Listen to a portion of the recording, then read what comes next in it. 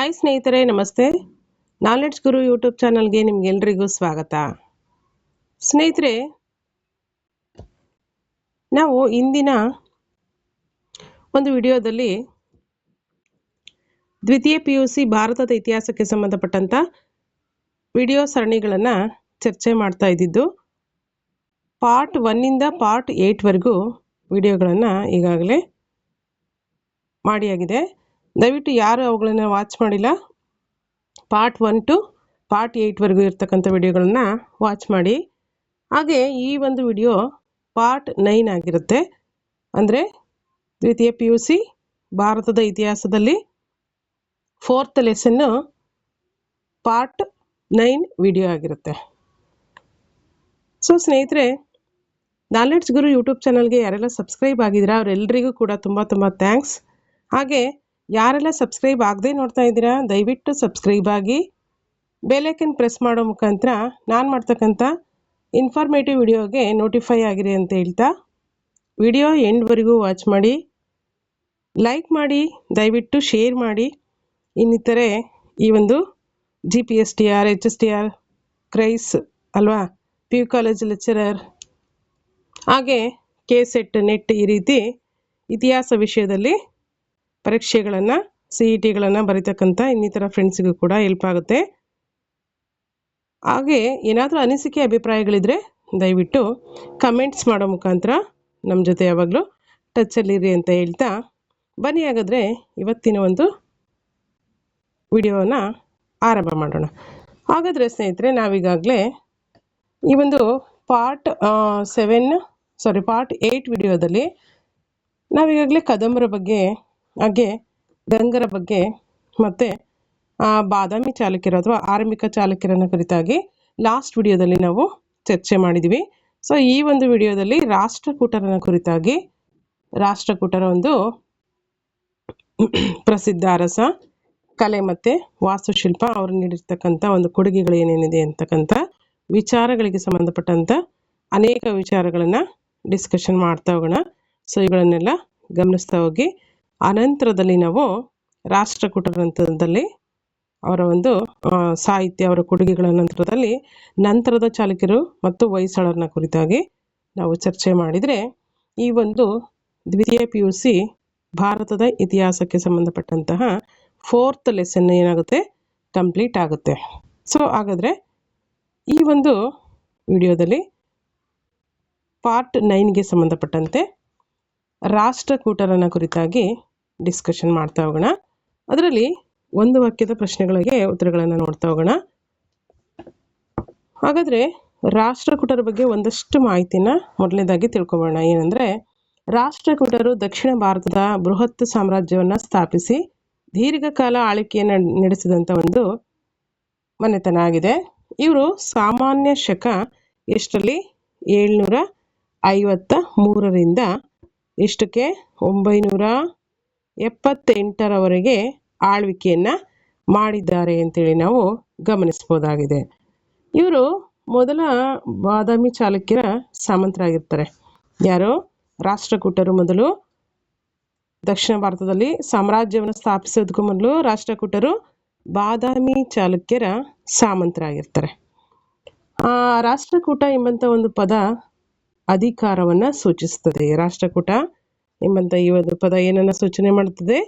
ಅಧಿಕಾರವನ್ನು ಸೂಚಿಸುತ್ತದೆ. ಅಂದರೆ ರಾಷ್ಟ್ರ ಎಂದರೆ ಅಧಿಕಾರವನ್ನು ಇದು ಸೂಚಿಸುತ್ತದೆ. ರಾಷ್ಟ್ರ ಎಂದರೆ ದೇಶ ಮತ್ತು ಕೂಟ ಎಂದರೆ ಮುಖ್ಯಸ್ಥ, ಅಂದರೆ ದೇಶದ ಮುಖ್ಯಸ್ಥ ಎಂಬಂಥ ಒಂದು ಪದವನ್ನು ರಾಷ್ಟ್ರಕೂಟ ಎಂಬಂಥ ಒಂದು ಪದ ಏನು ಮಾಡುತ್ತೆ? ಸೂಚನೆ ನೀಡ್ತದೆ. ಹಾಗೆ ಈ ಒಂದು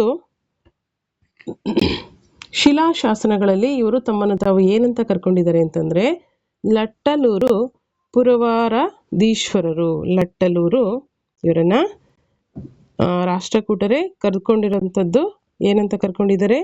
ಲಟ್ಟಲೂರು ಪುರವಾಧೀಶ್ವರರು. ಲಟ್ಟಲೂರು ಪುರವಾಧೀಶ್ವರರು ಅಂತೇಳಿ ಕರೆದುಕೊಂಡಿದ್ದಾರೆ. ಹಾಗೆ ಇವರು ಮಹಾರಾಷ್ಟ್ರದ ಲಟ್ಟಲೂರು ಅಥವಾ ಲಾತೂರು ಪ್ರದೇಶಕ್ಕೆ ಸೇರಿದವರಾಗಿದ್ದು, ಅಂದರೆ ಇವರ ಒಂದು ಲಾಂಛನ ಯಾವುದಾಗಿತ್ತು? ಗರುಡ ಇವರ ಲಾಂಛನ ಆಗಿರ್ತದೆ.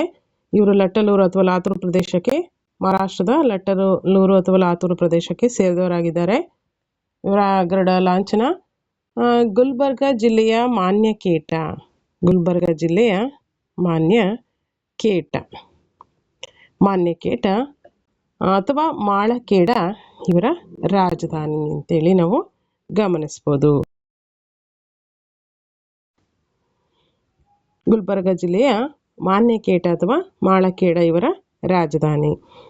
ಹಾಗೆ ದಂತಿದುರ್ಗ ರಾಷ್ಟ್ರಕೂಟರ ಪ್ರಸಿದ್ಧ ಅರಸ. ಯಾರು? ದಂತಿದುರ್ಗ ರಾಷ್ಟ್ರಕೂಟರ ಪ್ರಸಿದ್ಧ ಮೊದಲ ಅರಸ. ಬಾದಾಮಿ ಚಾಲುಕ್ಯರನ್ನ ಈತ ಸೋಲಿಸ್ತಾನೆ. 1ನೇ ಕೃಷ್ಣನು ಇವನ ನಂತರದಲ್ಲಿ ಅಧಿಕಾರವನ್ನು ವಹಿಸ್ಕೊಳ್ತಾನೆ. ಇವನು ಚಾಲುಕ್ಯ ದೊರೆ ಕೀರ್ತಿವರ್ಮನನ್ನ ಸಂಪೂರ್ಣವಾಗಿ ಸೋಲಿಸಿದನು. ಯಾರು? 1ನೇ ಕೃಷ್ಣ. ಈತನು ಎಲ್ಲೋರದಲ್ಲಿ ಏಕಶಿಲಾ ಕೈಲಾಸನಾಥ ದೇವಾಲಯವನ್ನ ನಿರ್ಮಾಣ ಮಾಡಿಸಿದನು. ಯಾರು? 1ನೇ ಕೃಷ್ಣ. ಎಲ್ಲಿ? 1ನೇ ಕೃಷ್ಣ ಎಲ್ಲೋರದಲ್ಲಿ, ವೆರಿ ಇಂಪಾರ್ಟೆಂಟ್ ಇದು, ಎಲ್ಲೋರದಲ್ಲಿ ಏಕಶಿಲಾ ಕೈಲಾಸನಾಥ ದೇವಾಲಯವನ್ನ ಯಾರು ನಿರ್ಮಾಣ ಮಾಡಿಸ್ತಾರೆ? 1ನೇ ಕೃಷ್ಣ ನಿರ್ಮಾಣ ಮಾಡಿದನು. ಎಲ್ಲಿ? ಎಲ್ಲೋರದಲ್ಲಿ. ಯಾವ ಒಂದು ಶಿಲೆಯನ್ನ? ಏಕಶಿಲೆಯನ್ನ. ಯಾವ ದೇವಾಲಯ ಅದು? ಕೈಲಾಸನಾಥ ದೇವಾಲಯ. ನಂತರ ಅಧಿಕಾರಕ್ಕೆ ಬಂದಂತ 2ನೇ ಗೋವಿಂದ ದುರ್ಬಲನಾಗಿದ್ರಿಂದ ಅವನನ್ನ ಪದಚ್ಯುತಿಗೊಳಿಸಿ ನೆಕ್ಸ್ಟ್ ಯಾರು ಅಧಿಕಾರಕ್ಕೆ ಬರ್ತಾರೆ? ಧ್ರುವ ಅಧಿಕಾರಕ್ಕೆ ಬರ್ತಾನೆ. ಇದಿಷ್ಟು ರಾಷ್ಟ್ರಕೂಟರನ್ನ ಕುರಿತಾದಂಥ ಒಂದಷ್ಟು ಚಿಕ್ಕ ಮಾಹಿತಿ ಅಂತ ಹೇಳ್ಬೋದು. ಸೊ ನೆಕ್ಸ್ಟ್ ಒಂದು ವಾಕ್ಯದ ಪ್ರಶ್ನೆಗಳನ್ನು ನಾವು ಗಮನಿಸ್ತಾ ಹೋಗೋಣ. ಮೊದಲನೇ ಪ್ರಶ್ನೆಯನ್ನು ಗಮನಿಸಿ. ರಾಷ್ಟ್ರಕೂಟರ ರಾಜಲಾಂಛನ ಯಾವುದು? ಗರುಡ ರಾಷ್ಟ್ರಕೂಟರ ರಾಜಲಾಂಛನ. 2ನೇ ಪ್ರಶ್ನೆ, ರಾಷ್ಟ್ರಕೂಟರ ರಾಜಧಾನಿ ಯಾವುದು? ರಾಷ್ಟ್ರಕೂಟರ ರಾಜಧಾನಿ ಮಾನ್ಯಕೇಟ ಅಥವಾ ಮಾಳಖೇಡ. ಮಾಳಖೇಡ ರಾಷ್ಟ್ರಕೂಟರ ರಾಜಧಾನಿಯಾಗಿತ್ತು. 3ನೇ ಪ್ರಶ್ನೆ ನೋಡಿ. ರಾಷ್ಟ್ರಕೂಟರ ಮೊದಲ ದೊರೆ ಯಾರು? ದಂತಿದುರ್ಗ ರಾಷ್ಟ್ರಕೂಟರ ಮೊದಲ ದೊರೆ. ರಾಷ್ಟ್ರಕೂಟರಲ್ಲಿ ಪ್ರಸಿದ್ಧ ದೊರೆ ಯಾರು ಅಂದರೆ ಅಮೋಘವರ್ಷ ನೃಪತುಂಗ. ಅಮೋಘವರ್ಷ ನೃಪತುಂಗ ರಾಷ್ಟ್ರಕೂಟರ ಪ್ರಸಿದ್ಧ ಅರಸ. ನೆಕ್ಸ್ಟ್ 5ನೇ ಪ್ರಶ್ನೆ, ಅಮೋಘವರ್ಷನ ಆಸ್ಥಾನಕ್ಕೆ ಭೇಟಿ ನೀಡಿದಂತಹ ವಿದೇಶಿ ಪ್ರವಾಸಿಗ ಯಾರು? ಸುಲೈಮಾನ್ ಅಮೋಘವರ್ಷನ ಆಸ್ಥಾನಕ್ಕೆ ಭೇಟಿ ನೀಡಿದ ವಿದೇಶಿ ಪ್ರವಾಸಿಗ. 6ನೇ ಪ್ರಶ್ನೆ ನೋಡಿ. ಕನ್ನಡದ ಮೊದಲ ಸಾಹಿತ್ಯ ಕೃತಿ ಯಾವುದು? ಕನ್ನಡದ ಮೊದಲ ಸಾಹಿತ್ಯ ಕೃತಿ ಕವಿರಾಜ ಮಾರ್ಗ. ನೆಕ್ಸ್ಟ್ 7ನೇ ಪ್ರಶ್ನೆ, ಉಭಯ ಕವಿ ಚಕ್ರವರ್ತಿ ಎಂಬ ಬಿರುದು ಯಾರಿಗೆ ನೀಡಲಾಗಿತ್ತು? ಅಥವಾ ಉಭಯ ಕವಿ ಚಕ್ರವರ್ತಿ ಎಂಬಂಥ ಬಿರುದನ್ನ ಯಾರಿಗೆ ಕೊಡಲಾಗಿತ್ತು? ಯಾರು? ಪೊನ್ನನಿಗೆ ಉಭಯ ಕವಿ ಚಕ್ರವರ್ತಿ ಎಂಬ ಬಿರುದನ್ನ ನೀಡಲಾಗಿತ್ತು. ಹಾಗಾದ್ರೆ 8ನೇ ಪ್ರಶ್ನೆ ನೋಡಿ. ಪೊನ್ನನಿಗೆ ಆಶ್ರಯ ನೀಡಿದವರು ಯಾರು? ಪೊನ್ನನಿಗೆ ಆಶ್ರಯ ನೀಡಿದವರು 3ನೇ ಕೃಷ್ಣ. ನೆಕ್ಸ್ಟ್, ಕನ್ನಡದ ಆದಿಕವಿ ಎಂದು ಯಾರನ್ನ ಕರೀತಾರೆ? ಕನ್ನಡದ ಆದಿಕವಿ ಎಂದು ಪಂಪನನ್ನ ಕರೆಯುತ್ತಾರೆ. ಇದು ಈಸಿಯೆಸ್ಟ್ ಕ್ವಶನ್. 10th ಒಂದು ಕ್ವಶನ್ ನೋಡಿ. ಪಂಪನಿಗೆ ಆಶ್ರಯ ನೀಡಿದವರು ಇಮ್ಮಡಿ ಅರಿಕೇಸರಿ. ಇಮ್ಮಡಿ ಅರಿಕೇಸರಿ. ನೆಕ್ಸ್ಟ್ 2 ವಾಕ್ಯ ಅಥವಾ 2 ಪದಗಳಿಗೆ ಪ್ರಶ್ನೋತ್ತರಗಳು. ಮೊದಲನೇ ಪ್ರಶ್ನೆ ನೋಡಿ. ಕೈಲಾಸನಾಥ ದೇವಾಲಯವನ್ನು ನಿರ್ಮಿಸಿದವರು ಯಾರು ಮತ್ತೆ ಎಲ್ಲಿ ನಿರ್ಮಿಸಿದರು? ಕೈಲಾಸನಾಥ ದೇವಾಲಯವನ್ನ 1ನೇ ಕೃಷ್ಣ ಎಲ್ಲಿ ನಿರ್ಮಾಣ ಮಾಡ್ತಾನೆ? ಎಲ್ಲೋರದಲ್ಲಿ ನಿರ್ಮಿಸಿದನು. ನೆಕ್ಸ್ಟ್, ಧ್ರುವನ ಯಾವುದಾದ್ರೂ 2 ಬಿರುದುಗಳನ್ನು ಹೆಸರಿಸಿ. ಧ್ರುವನ ಬಿರುದುಗಳು ಧಾರಾವರ್ಷ, ಶ್ರೀವಲ್ಲಭ, ನರೇಂದ್ರ ದೇವ. ಧ್ರುವನ 2 ಪ್ರಮುಖ ಬಿರುದುಗಳು ಯಾವುದು? ಧಾರಾವರ್ಷ, ಶ್ರೀವಲ್ಲಭ ಮತ್ತು ನರೇಂದ್ರ ದೇವ. ನೆಕ್ಸ್ಟು ಮೂರನೇ ಪ್ರಶ್ನೆ, ಮೂರನೇ ಗೋವಿಂದನ ಯಾವುದಾದರೂ ಎರಡು ಬಿರುದುಗಳನ್ನು ತಿಳಿಸಿ. ಜಗತ್ತುಂಗ, ಪ್ರಭೂತ ವರ್ಷ, ತ್ರಿಭುವನ ದಳ, ಶ್ರೀವಲ್ಲಭ. ಜಗತ್ತುಂಗ, ಪ್ರಭೂತ ವರ್ಷ, ತ್ರಿಭುವನ ದಳ, ಶ್ರೀವಲ್ಲಭ ಮೂರನೇ ಗೋವಿಂದನ ಪ್ರಮುಖ ಬಿರುದುಗಳಾಗಿದೆ. ನೆಕ್ಸ್ಟ್ ನಾಲ್ಕನೇ ಪ್ರಶ್ನೆ, ಅಮೋಘ ವರ್ಷನ ಯಾವುದಾದರೂ ಎರಡು ಬಿರುದುಗಳನ್ನು ತಿಳಿಸಿ. ಅಮೋಘ ವರ್ಷನ ಬಿರುದುಗಳು ಅತಿಶಯ ದಳ, ನೃಪತುಂಗ, ಶ್ರೀವಲ್ಲಭ ಮತ್ತು ವೀರ ನಾರಾಯಣ. ನೋಡಿ, ಧ್ರುವನಿಗೂ ಕೂಡ ಶ್ರೀವಲ್ಲಭ ಎಂಬಂಥ ಬಿರುದು ಇರೋದನ್ನು ನಾವು ಗಮನಿಸ್ತೀವಿ. ಹಾಗೆ ಅಮೋಘ ವರ್ಷನಿಗೂ ಕೂಡ ನೋಡಿ, ಅಮೋಘ ವರ್ಷನಿಗೂ ಕೂಡ ಏನಿದೆ, ಶ್ರೀವಲ್ಲಭ ಎಂಬಂಥ ಬಿರುದನ್ನು ನೀಡಲಾಗಿದೆ. ಇವನ್ನ ಗಮನಿಸಬೇಕಾಗತ್ತೆ. ಅಮೋಘ ವರ್ಷ ನೃಪತುಂಗನ ಬಿರುದುಗಳು ಯಾವ್ಯಾವುದು? ಅತಿಶಯ ದಳ, ನೃಪತುಂಗ, ಶ್ರೀವಲ್ಲಭ, ವೀರನಾರಾಯಣ. ನೆಕ್ಸ್ಟ್, ಪೊನ್ನನ ಯಾವುದಾದ್ರೂ ಎರಡು ಕೃತಿಗಳನ್ನು ಹೆಸರಿಸಿ. ಶಾಂತಿ ಪುರಾಣ ಮತ್ತು ಭುವನೈಕ ರಾಮಾಭುದಯ. ಶಾಂತಿ ಪುರಾಣ ಮತ್ತು ಭುವನೈಕ್ಯ ರಾಮಾಭುದಯ ಈ ಒಂದು ಎರಡು ಕೃತಿಗಳು ಪೊನ್ನನ ಪ್ರಸಿದ್ಧ ಕೃತಿಗಳಾಗಿದೆ. ನೆಕ್ಸ್ಟ್, ಪಂಪನ ಯಾವುದಾದ್ರೂ ಎರಡು ಕೃತಿಗಳನ್ನು ತಿಳಿಸಿ. ವಿಕ್ರಮಾರ್ಜುನ ವಿಜಯ ಮತ್ತು ಆದಿಪುರಾಣ. ವಿಕ್ರಮಾರ್ಜುನ ವಿಜಯ ಮತ್ತು ಆದಿಪುರಾಣ ಪಂಪನ ಪ್ರಮುಖ ಕೃತಿಗಳಾಗಿದೆ. ಇದಿಷ್ಟು ಎರಡು ವಾಕ್ಯ ಅಥವಾ ಎರಡು ಪದಗಳ ಪ್ರಶ್ನೆಗಳಿಗೆ ಉತ್ತರಗಳಾಯಿತು. ನೆಕ್ಸ್ಟ್ ಲಾಂಗ್ ಆನ್ಸರ್ಸನ್ನು ನೋಡೋಣ. ಇದು HSTRಗೆ, PU ಲೆಕ್ಚರರ್ಗೆ, KSET ಎಕ್ಸಾಮ್ ಬರೆಯೋರಿಗೆ ಮತ್ತು GPSTR ಎಕ್ಸಾಮ್ ಬರೆಯೋರಿಗೆ, ಕ್ರೈಸ್ ಎಕ್ಸಾಮ್ ಬರೆಯೋರಿಗೆ ಎಲ್ರಿಗೂ ಕೂಡ ತುಂಬ ಯೂಸ್ಫುಲ್ ಆಗುತ್ತೆ. ನೀಟಾಗಿ ಇವುಗಳನ್ನು ಗಮನಿಸ್ತಾ ಹೋಗಿ. ಟೈಮ್ ಇಲ್ಲ ಕೇಳಲಿಕ್ಕೆ ಅಥವಾ ವಿಡಿಯೋ ನೋಡಲಿಕ್ಕೆ ಏನಾದ್ರು 1.5 ಅಥವಾ 2x ಸ್ಪೀಡಲ್ಲಿ ಇಟ್ಕೊಂಡು ವಿಡಿಯೋ ವಾಚ್ ಮಾಡಿರಿ. ಸೊ ಹಾಗಾಗಿ ನೀವು ಓದಿದ್ರ ಜೊತೆಯಲ್ಲಿ ಈ ಥರ ಒಂದು ವಿಡಿಯೋಗಳನ್ನು ಕೇಳೋದ್ರಿಂದ ಏನಾಗುತ್ತೆ, ಇನ್ನೊಂದಷ್ಟು ವಿಷಯ ಮನದಟ್ಟಾಗುತ್ತೆ, ಅದ್ರ ಜೊತೆಗೆ ಕ್ಲಾರಿಫಿಕೇಷನ್ ಸಿಗುತ್ತೆ. ಹಾಗಾಗಿ ನಾವು ಓದಿದ್ರ ಜೊತೆಯಲ್ಲೇ ಈ ಒಂದು ಪಾಯಿಂಟ್ಸ್ಗಳನ್ನು ಕೂಡ ಯಾರಾದರೂ ಅವಶ್ಯಕತೆ ಇರೋರು ಕೀ ಪಾಯಿಂಟ್ಸ್ ಕೂಡ ನೋಡ್ಕೊಂಡು ಮಾಡ್ಕೋಬೋದು. ಅದ್ರ ಜೊತೆಯಲ್ಲಿ ಹಾಗೆ ಕೂಡ ಕೇಳ್ತೀನಿ ಅಂದ್ರೂ ಕೇಳ್ಕೊಬೋದು. ಇದು ಸೆಕೆಂಡ್ PUC ಭಾರತದ ಇತಿಹಾಸ ತುಂಬ ನೀಟಾಗಿ ಕೊಟ್ಟಿದ್ದಾರೆ. ತುಂಬ CET ಎಕ್ಸಾಮ್ಗಳಿಗೂ ಕೂಡ ಯೂಸ್ಫುಲ್ ಆಗುತ್ತೆ. ಸೊ ಅದರಿಂದನೇ ನಾನು ಇದನ್ನು ಕೈಗೆತ್ಕೊಂಡಿರೋ ಅಂಥದ್ದು. ಸೊ ಹಾಗಾಗಿ ಗಮನಿಸಿ. ಯಾರಾದರೂ ಟೆಲಿಗ್ರಾಮ್ ಗ್ರೂಪಿಗೆ ಅಥವಾ ವಾಟ್ಸಪ್ ಗ್ರೂಪಿಗೆ ಜಾಯ್ನ್ ಆಗೋರಿದ್ರೆ ಡಿಸ್ಕ್ರಿಪ್ಷನ್ ಬಾಕ್ಸಲ್ಲಿ ಲಿಂಕ್ ಇದೆ, ದಯವಿಟ್ಟು ಜಾಯ್ನ್ ಆಗಿ ಅಂತ ಹೇಳ್ತಾ ಬನ್ನಿ. ಹಾಗಾದರೆ ಲಾಂಗ್ ಆನ್ಸರ್ಸನ್ನು ಕುರಿತಾಗಿ ನೋಡ್ತಾ ಹೋಗೋಣ. ಯಾವುದು ರಾಷ್ಟ್ರಕೂಟರಿಗೆ ಸಂಬಂಧಿಸಿದಂಥ ಒಂದು ಪ್ರಶ್ನೆಗಳನ್ನು ನೋಡ್ತಾ ಹೋಗೋಣ. ಮೂರನೇ ಗೋವಿಂದನ ಸಾಧನೆಗಳನ್ನು ವಿವರಿಸಿ. ಮೂರನೇ ಗೋವಿಂದನ ಸಾಧನೆಗಳನ್ನು ನಾವು ಗಮನಿಸ್ತಾ ಹೋದರೆ, ಮೊದಲನೇದಾಗಿ ಮೂರನೇ ಗೋವಿಂದ ಮತ್ತು ಸ್ತಂಭನೊಡನೆ ನಡೆದಂಥ ಒಂದು ಸಂಘರ್ಷವನ್ನು ನಾವಿಲ್ಲಿ ಮೊದಲು ಗಮನಿಸಬೇಕಾಗುತ್ತೆ. ಏನು ಸಂಘರ್ಷ ನಡೀತು ಇಲ್ಲಿ? ಧ್ರುವನ ನಂತರ ಅವನ ಮಗನಾದಂತಹ ಮೂರನೇ ಗೋವಿಂದ, ಧ್ರುವನ ನಂತರ ಅವನ ಮಗನಾದಂತಹ ಮೂರನೇ ಗೋವಿಂದ ಎಷ್ಟರಲ್ಲಿ? ಕ್ರಿಸ್ತ ಶಕ 793ರಲ್ಲಿ ಅಧಿಕಾರಕ್ಕೆ ಬಂದನು. ಯಾರು? ಧ್ರುವನ ನಂತರ ಅವನ ಮಗನಾದ ಮೂರನೇ ಗೋವಿಂದ ಕ್ರಿಸ್ತ ಶಕ 793ರಲ್ಲಿ ಅಧಿಕಾರಕ್ಕೆ ಬರ್ತಾನೆ. ಆದರೆ ಇವನ ಸೋದರನಾದಂಥ ಸ್ತಂಭನು ಇದನ್ನು ವಿರೋಧವನ್ನು ವ್ಯಕ್ತಪಡಿಸ್ತಾನೆ. ಯಾರಿಗೆ? ಗೋವಿಂದ ಅಧಿಕಾರಕ್ಕೆ ಬಂದದ್ದಕ್ಕಾಗಿ ಅವನ ಸಹೋದರನಾದಂಥ ಸ್ತಂಭ ವಿರೋಧ ವ್ಯಕ್ತಪಡಿಸ್ತಾನೆ. ಸೊ ಇದರಿಂದ ಏನಾಗುತ್ತೆ, ಮೂರನೇ ಗೋವಿಂದನಿಗೆ ಕೋಪ ಬಂದು ಸ್ತಂಭನನ್ನು ಸೋಲಿಸಿ ಸೆರೆಮನೆಯಲ್ಲಿ ಇರ್ತಾನೆ. ಆದರೆ ಅನಂತರ ಅವನನ್ನು ಬಿಡುಗಡೆ ಮಾಡಿ ಪುನಃ ಗಂಗವಾಡಿಯ ಅಧಿಕಾರಿಯನ್ನಾಗಿ ನೇಮಕ ಮಾಡ್ತಾನೆ. ಸೊ ಇದು ಗೋವಿಂದನ ಮತ್ತು ಸ್ತಂಭನೊಡನೆ ನಡೆದಂತಹ ಮೊದಲನೇ ಒಂದು ಸಂಘರ್ಷ ಆಯಿತು. ಎರಡನೇ ಪಾಯಿಂಟ್ ನೋಡಿ, ಉತ್ತರ ಭಾರತದ ಮೇಲಿನ ದಾಳಿ. ಗೋವಿಂದನ ಎರಡನೇ ಒಂದು ಸಾಧನೆ ಏನು? ಉತ್ತರ ಭಾರತದ ಮೇಲಿನ ದಾಳಿ.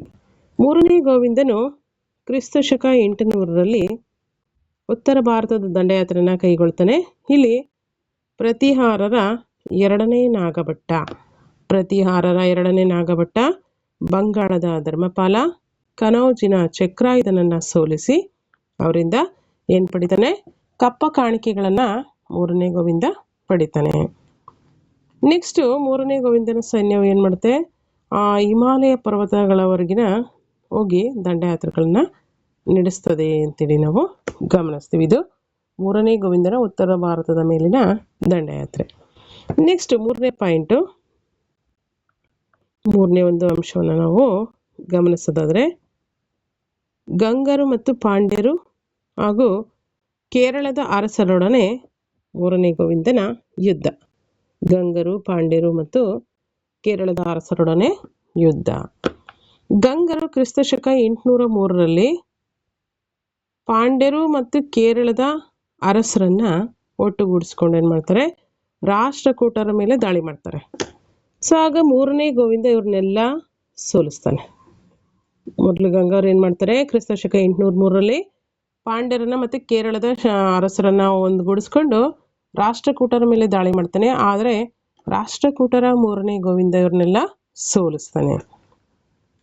ನಾಲ್ಕನೇ ಅಂಶ ನೋಡಿ, ಪಲ್ಲವರೊಡನೆ ಯುದ್ಧ. ಮೂರನೇ ಗೋವಿಂದನು ಪಲ್ಲವರ ದೊರೆಯಾದಂಥ ದಂತಿವರ್ಮನನ್ನು ಯುದ್ಧದಲ್ಲಿ ಸೋಲಿಸಿ ಅವನಿಂದ ಕಪ್ಪ ಕಾಣಿಕೆಗಳನ್ನು ಸ್ವೀಕರಿಸಿದನು. ನೆಕ್ಸ್ಟ್ ಐದನೇ ಒಂದು ಅಂಶ, ಬಿರುದುಗಳು. ಹಾಗಾದರೆ ಇವನ ಸಾಧನೆಗಳಲ್ಲಿ ಇವನು ಇತಿಹಾಸದಲ್ಲಿ ಮಾಡಿರ್ತಕ್ಕಂಥ ಸಾಧನೆಗಳ ಮೇಲೆ ಮೂರನೇ ಗೋವಿಂದನೇ ನೀಡಿರ್ತಕ್ಕಂತಹ ಬಿರುದುಗಳು ಯಾವ್ಯಾವುದು? ಜಗತ್ತುಂಗ, ಪ್ರಭೂತ ವರ್ಷ, ಶ್ರೀವಲ್ಲಭ, ತ್ರಿಭುವನ ಮಲ್ಲ. ಮೂರನೇ ಗೋವಿಂದನಿಗೆ ಇರ್ತಕ್ಕಂಥ ಬಿರುದುಗಳು ಯಾವುದು? ಜಗತ್ತುಂಗ, ಪ್ರಭೂತ ವರ್ಷ, ಶ್ರೀವಲ್ಲಭ ಮತ್ತು ತ್ರಿಭುವನ ಮಲ್ಲ ಎಂಬಂಥ ಬಿರುದುಗಳನ್ನು ಈತ ಹೊಂದಿರ್ತಾನೆ. ಇದಿಷ್ಟು ಮೂರನೇ ಗೋವಿಂದನ ಸಾಧನೆಗಳಾಯಿತು. ನೆಕ್ಸ್ಟು ಅಮೋಘ ವರ್ಷ ನೃಪತುಂಗ. ಅಮೋಘ ವರ್ಷ ನೃಪತುಂಗನ ಸಾಧನೆಗಳು. ಅಮೋಘ ವರ್ಷ ಯಾರು ಅಂದರೆ ಈತ ಮೂರನೇ ಗೋವಿಂದನ ಮಗ. ಮೂರನೇ ಗೋವಿಂದನ ಮಗ ಯಾರು? ಅಮೋಘ ವರ್ಷ ನೃಪತುಂಗ. ಈತ ಕ್ರಿಸ್ತಶಕ 814ರಲ್ಲಿ ಅಧಿಕಾರಕ್ಕೆ ಬರ್ತಾನೆ. ಇವನಿಗೆ ಶರ್ವ ಎಂಬಂಥ ಇನ್ನೊಂದು ಕೂಡ ಹೆಸರಿರುತ್ತೆ. ಅಮೋಘ ವರ್ಷನ ಇನ್ನೊಂದು ಹೆಸರೇನು? ಶರ್ವ. ಶರ್ವ ಎಂಬಂಥ ಹೆಸರನ್ನು ಹೊಂದಿದಂತಹ ಪ್ರಸಿದ್ಧ ರಾಷ್ಟ್ರಕೂಟ ಅರಸ ಯಾರು? ಅಮೋಘ ವರ್ಷ ನೃಪತುಂಗ. ಹಾಗಾದರೆ ಇವನ ರಾಷ್ಟ್ರಕೂಟ ಅರಸರಲ್ಲಿಯೇ ಅತ್ಯಂತ ಪ್ರಸಿದ್ಧ ಅರಸ ಎಂಬ ಕೀರ್ತಿಗೆ ಅಮೋಘ ವರ್ಷ ನೃಪತುಂಗ ಪಾತ್ರನಾಗಿದ್ದಾನೆ. ಹಾಗಾದರೆ ಅಮೋಘ ವರ್ಷನ ಸಾಧನೆಗಳು ಏನೇನು ಅಂತ ನಾವಿಲ್ಲಿ ಒಂದೊಂದಾಗಿ ಶಾರ್ಟಾಗಿ ಗಮನಿಸ್ತಾ ಹೋಗೋಣ. ಮೊದಲನೇ ಒಂದು ಪಾಯಿಂಟ್ ಏನಂದರೆ, ವೆಂಗಿ ಚಾಲುಕ್ಯರೊಡನೆ ಯುದ್ಧ. ಅಮೋಘ ವರ್ಷನು ವೆಂಗಿ ಚಾಲುಕ್ಯರ ದೊರೆಯಾದಂತಹ ಮೂರನೇ ಗಣಗ ವಿಜಯಾದಿತ್ಯನನ್ನ ಲಿಂಗವಳ್ಳಿ ಎಂಬಂಥ ಸ್ಥಳದಲ್ಲಿ ಸೋಲಿಸಿ ಹಿಮ್ಮೆಟ್ಟಿಸಿದನು. ವೆಂಗಿ ಚಾಳುಕ್ಯರ ದೊರೆಯಾದಂತಹ ಮೂರನೇ ಗಣಗ ವಿಜಯಾದಿತ್ಯನನ್ನ ಲಿಂಗವಳ್ಳಿ ಎಂಬಂತಹ ಸ್ಥಳದಲ್ಲಿ ಸೋಲಿಸಿ ಅಮೋಘ ವರ್ಷ ಹಿಮ್ಮೆಟ್ಟಿಸಿದನು. ನೆಕ್ಸ್ಟು ಗಂಗರೊಡನೆ ಯುದ್ಧ. ಎರಡನೇ ಪಾಯಿಂಟು, ಗಂಗರೊಡನೆ ಯುದ್ಧ. ಗಂಗರ ಮಂತ್ರಿಯಾದಂತಹ ರಾಚಮಲ್ಲನ ಮಗನಾದ ನೀತಿಮಾರ್ಗ ಎರೆಯಂಗ. ಗಂಗರ ರಾಚಮಲ್ಲನ ಮಗನಾದಂತಹ ನೀತಿಮಾರ್ಗ ಎರೆಗಂಗನು ಕ್ರಿಸ್ತಶಕ 856ರಲ್ಲಿ ನೀತಿಮಾರ್ಗ ಎರೆಯಂಗನು ಕ್ರಿಸ್ತಶಕ 856ರಲ್ಲಿ ಏನು ಮಾಡ್ತಾನೆ? ರಾಜ ರಾಮುಡು ಕದನದಲ್ಲಿ ಅಮೋಘ ವರ್ಷನನ್ನು ಸೋಲಿಸಿದನು. ಇಲ್ಲಿ ಅಮೋಘ ವರ್ಷ ಯಾರಿಗೆ ಸೋಲ್ತಾನೆ? ಗಂಗರ ಮಂತ್ರಿ ರಾಚಮಲ್ಲನ ಮಗನಾದಂಥ ನೀತಿಮಾರ್ಗ ಎರೆಯಂಗನಿಗೆ ಸೋತು ಶರಣಾಗ್ತಾನೆ.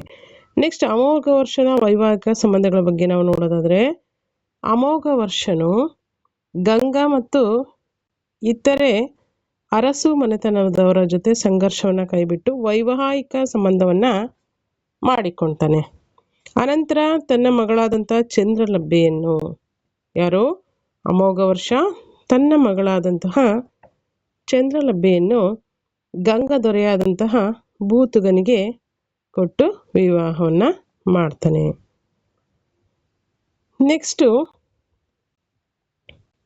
ಮತ್ತೊಬ್ಬ ಮಗಳಾದಂತಹ ಶೀಲಾ ಮಹಾದೇವಿಯನ್ನ, ಮೊದಲ ಮಗಳು ಚಂದ್ರಲಭ್ಯೆಯನ್ನ ಗಂಗಾ ದೊರೆಯಾದಂತಹ ಭೂತುಗನಿಗೆ ಕೊಟ್ಟು ವಿವಾಹ ಮಾಡ್ತಾನೆ. ಯಾರು? ಅಮೋಘ ವರ್ಷ. ನೆಕ್ಸ್ಟ್ ಅಮೋಘ ವರ್ಷನ ಇನ್ನೊಬ್ಬ ಮಗಳಾದಂತಹ ಶೀಲಾ ಮಹಾದೇವಿಯನ್ನ ವೆಂಗಿ ಚಾಲುಕ್ಯ ಅರಸ ವಿಷ್ಣುವರ್ಧನನಿಗೆ ಹಾಗೂ ಇನ್ನೊಬ್ಬ ಮಗಳಾದ ಸಂಖ್ಯಾಳನ್ನ ಕಂಚಿ ಪಲ್ಲವ ದೊರೆ 3ನೇ ನಂದಿವರ್ಮನಿಗೆ ಕೊಟ್ಟು ವಿವಾಹವನ್ನು ಮಾಡಿದನು. ನೆಕ್ಸ್ಟು ಯುವರಾಜ ಕೃಷ್ಣನ ದಂಗೆ. ಯುವರಾಜ ಕೃಷ್ಣನ ದಂಗೆ. ಅಮೋಘ ವರ್ಷನ ಕೊನೆಯ ದಿನಗಳಲ್ಲಿ ಯುವರಾಜನಾದಂಥ ಕೃಷ್ಣನ ದಂಗೆಯನ್ನು ಎದುರಿಸಬೇಕಾಗಿರ್ತದೆ. ಆದರೆ ಅಮೋಘ ವರ್ಷನ ದಂಡನಾಯಕನಾದಂಥ ಬಂಕೇಶನು ಈ ಒಂದು ದಂಗೆಯನ್ನು ಅತ್ಯಂತ ಸಮರ್ಥವಾಗಿ ಎದುರಿಸಿದ ಅಂತೇಳಿ ಹೇಳ್ಬೋದು. ಈ ಒಂದು ವಿಜಯದ ನೆನಪಿಗಾಗಿ ಅಮೋಘ ವರ್ಷನು ಬಂಕೇಶನ ಹೆಸರಿನಲ್ಲಿ ಏನು ಸ್ಥಾಪನೆ ಮಾಡ್ತಾನೆ? ಬಂಕಾಪುರ ಎಂಬ ನಗರವನ್ನು ನಿರ್ಮಿಸಿದನು. ಬಂಕೇಶನನ್ನ ಬನವಾಸಿಯ ರಾಜ್ಯಪಾಲನನ್ನಾಗಿ ನೇಮಕ ಮಾಡಲಾಯಿತು. ನೆಕ್ಸ್ಟ್ ಅಮೋಘ ವರ್ಷನ ಒಂದು ಐದನೇ ಒಂದು ಪಾಯಿಂಟು ಸಾಧನೆಗಳಲ್ಲಿ ನೋಡೋಣ. ಅಮೋಘ ವರ್ಷನ ಧಾರ್ಮಿಕ ಸಹಿಷ್ಣುತೆ ಹೇಗಿತ್ತು? ಅಮೋಘ ವರ್ಷನು ಧಾರ್ಮಿಕ ಸಹಿಷ್ಣುವು, ಶಾಂತಿ ಪ್ರಿಯನು, ಹಾಗೆ ಸ್ವತಃ ವಿದ್ವಾಂಸನೂ ಆಗಿದ್ದನು. ರಾಜ್ಯದ ಜನರನ್ನ ಕ್ಷಾಮದಿಂದ ಪಾರು ಮಾಡಲು ಕೊಲ್ಲಾಪುರದ ಮಹಾಲಕ್ಷ್ಮಿಗೆ ತನ್ನ ಹೆಬ್ಬೆರಳನ್ನು ಕತ್ತರಿಸಿ ಅರ್ಪಿಸಿದನೆಂದು ಯಾವ ಶಾಸನ ತಿಳಿಸುತ್ತದೆ? ಸಂಜನಾ ಶಾಸನ ಅಥವಾ ಸಂಜಾನ್ ಶಾಸನ ತಿಳಿಸುತ್ತದೆ. ಅಮೋಘ ವರ್ಷನ ಧಾರ್ಮಿಕ ಸಹಿಷ್ಣುತೆ ಎಷ್ಟಿತ್ತು ಅನ್ನೋದಕ್ಕೆ ಇದೊಂದು ಸಾಕ್ಷಿಯಾಗಿ ನಿಲ್ತದೆ. ಏನು? ರಾಜ್ಯದಲ್ಲಿ ಕ್ಷಾಮದಿಂದ ಜನರು ನರಳುವಂಥ ಸಂದರ್ಭದಲ್ಲಿ ಆ ಒಂದು ಕ್ಷಾಮದಿಂದ ಪಾರು ಮಾಡೋ ಸಲುವಾಗಿ ಕೊಲ್ಲಾಪುರದ ಮಹಾಲಕ್ಷ್ಮಿಗೆ ತನ್ನ ಕೈ ಬೆರಳನ್ನು ಕತ್ತರಿಸಿ ಅರ್ಪಿಸಿದನು. ಯಾರು? ಅಮೋಘ ವರ್ಷ ಅಂತೇಳಿ ಯಾವ ಶಾಸನ ತಿಳಿಸುತ್ತೆ? ಸಂಜಾನ್ ಶಾಸನ ತಿಳಿಸ್ತದೆ. ನೆಕ್ಸ್ಟ್ 6th ಪಾಯಿಂಟು ಅಮೋಘ ವರ್ಷನ ಸಾಹಿತ್ಯ ಪ್ರೋತ್ಸಾಹ. ಸ್ವತಃ ಪಂಡಿತನಾಗಿರ್ತಕ್ಕಂತಹ ಅಮೋಘ ವರ್ಷ ನೃಪತುಂಗನು ಸಂಸ್ಕೃತದಲ್ಲಿ ಪ್ರಶ್ನೋತ್ತರ ಮಾಲಾ ಎಂಬ ಕೃತಿಯನ್ನು ರಚನೆ ಮಾಡ್ತಾನೆ. ತನ್ನ ಆಸ್ಥಾನದಲ್ಲಿ ಹಲವಾರು ಕಲಾ ವಿದ್ವಾಂಸರಿಗೆ ಆಶ್ರಯ ನೀಡಿ ಸಾಹಿತ್ಯ ಅಭಿವೃದ್ಧಿಗೆ ಪ್ರೋತ್ಸಾಹಿಸಿದನು. ಹಾಗೆ ಇವನ ಆಸ್ಥಾನದಲ್ಲಿ ಇರ್ತಕ್ಕಂಥ ಕವಿಗಳಲ್ಲಿ ಪ್ರಸಿದ್ಧನಾದವನು ಯಾರಪ್ಪ ಅಂತಂದರೆ ಶ್ರೀ ವಿಜಯ. ಈ ಶ್ರೀ ವಿಜಯ ರಚಿಸಲ್ಪಟ್ಟಂತಹ ಕೃತಿ ಕವಿರಾಜ ಮಾರ್ಗ. ಈ ಕವಿರಾಜ ಮಾರ್ಗ ಕನ್ನಡದ ಮೊಟ್ಟ ಮೊದಲ ಕೃತಿಯಾಗಿದೆ. ಇದಿಷ್ಟು ಅಮೋಘ ವರ್ಷನ ಸಾಹಿತ್ಯ ಪ್ರೋತ್ಸಾಹ ಆಯಿತು. ನೆಕ್ಸ್ಟು ಅಮೋಘ ವರ್ಷನ ಇತರೆ ಸಾಧನೆಗಳು ಏನೇನಿತ್ತು? ಹಾಗಾದರೆ ಅಮೋಘ ವರ್ಷನ ಇತರ ಸಾಧನೆಗಳು, ಇನ್ನಿತರೆ ಕ್ಷೇತ್ರಗಳಲ್ಲಿ ಅಮೋಘ ವರ್ಷನ ಸಾಧನೆಗಳು ಏನಪ್ಪ ಅಂತಂದರೆ, ಅರಬ್ ಪ್ರವಾಸಿಗನಾದಂಥ ಸುಲೈಮಾನ್ ಕ್ರಿಸ್ತಶಕ 851ರಲ್ಲಿ ಕ್ರಿಸ್ತಶಕ ಎಷ್ಟರಲ್ಲಿ?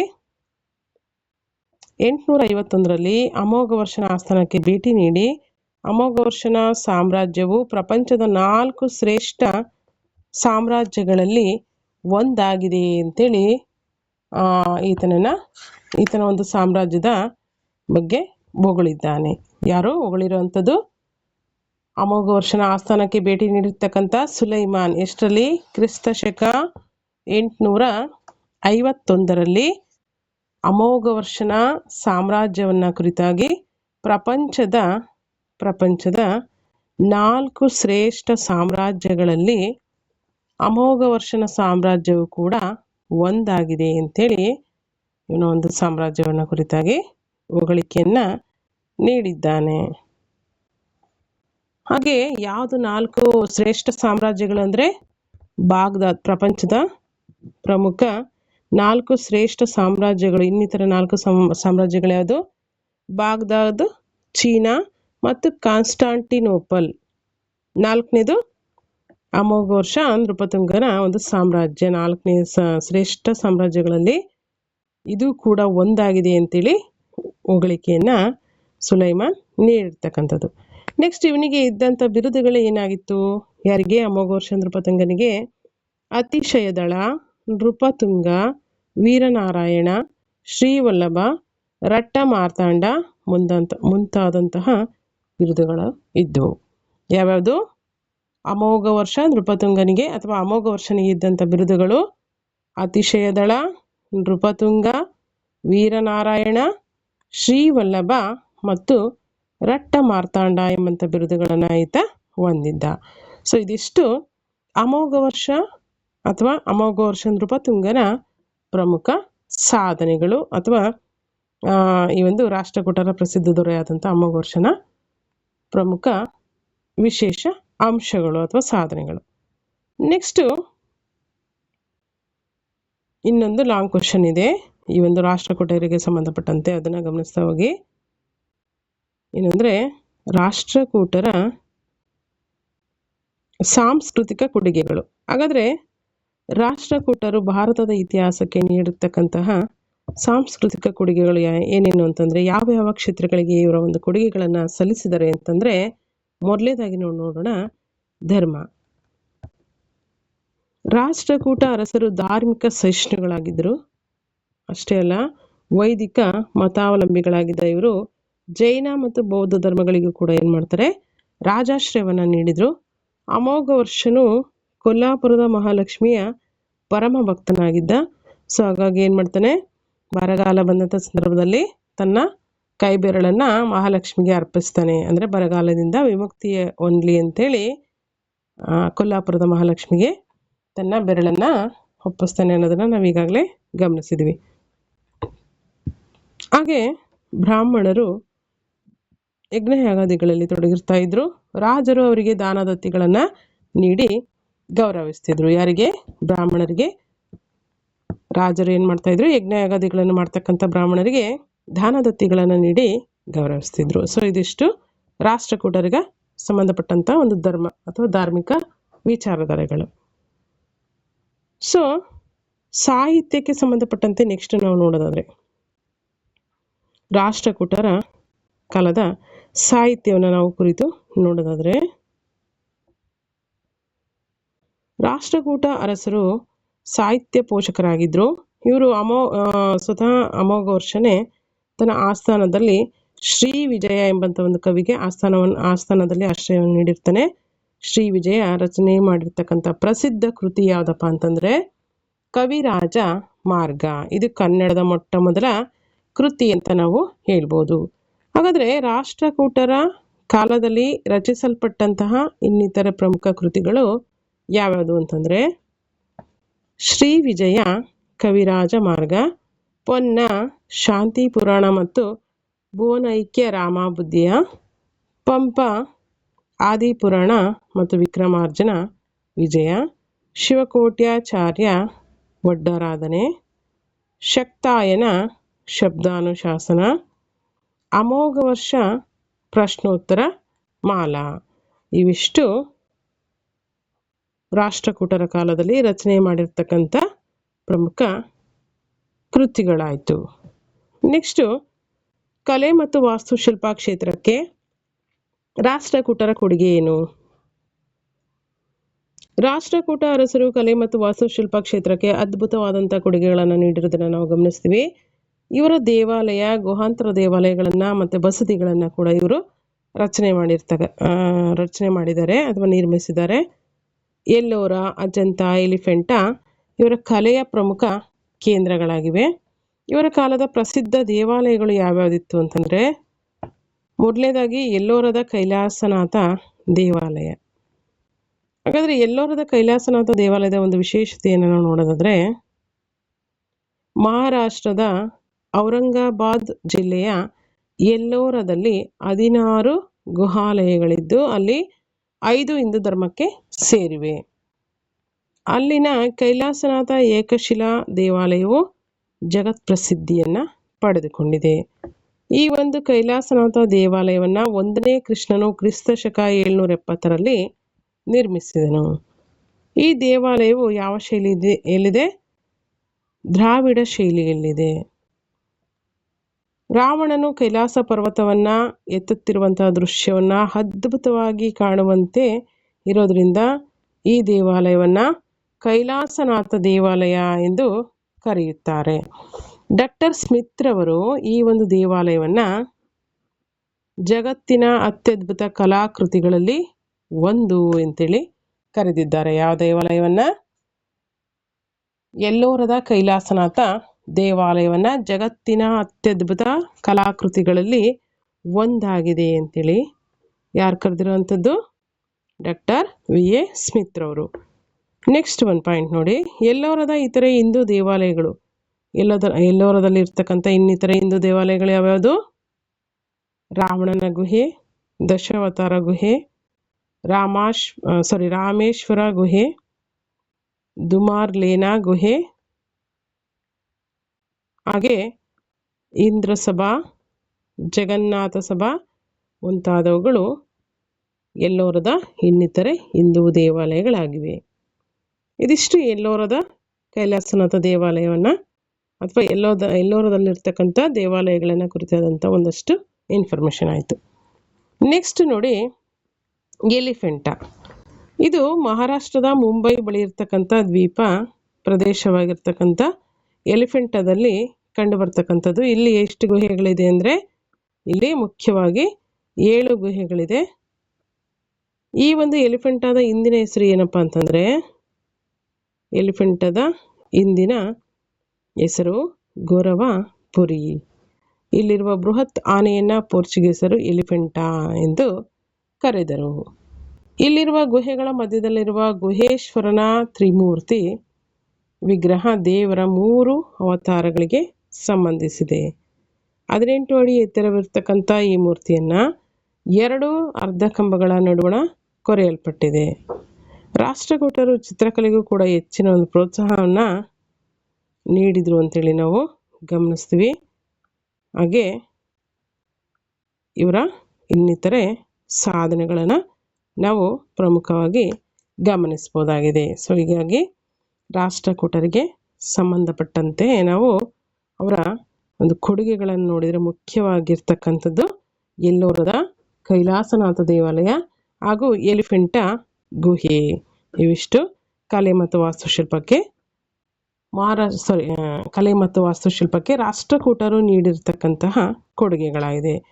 ಇವೆಲ್ಲ 1 ವಾಕ್ಯ 2 ವಾಕ್ಯ ಮತ್ತು ಲಾಂಗ್ ಆನ್ಸರ್ಸ್ ಏನಿದೆ ಇವೆಲ್ಲ ಅಂಶಗಳು ಕೂಡ ರಾಷ್ಟ್ರಕೂಟರಿಗೆ ಸಂಬಂಧಿಸಿದಂತೆ ಪ್ರಮುಖ ಅಂಶಗಳಾಯಿತು.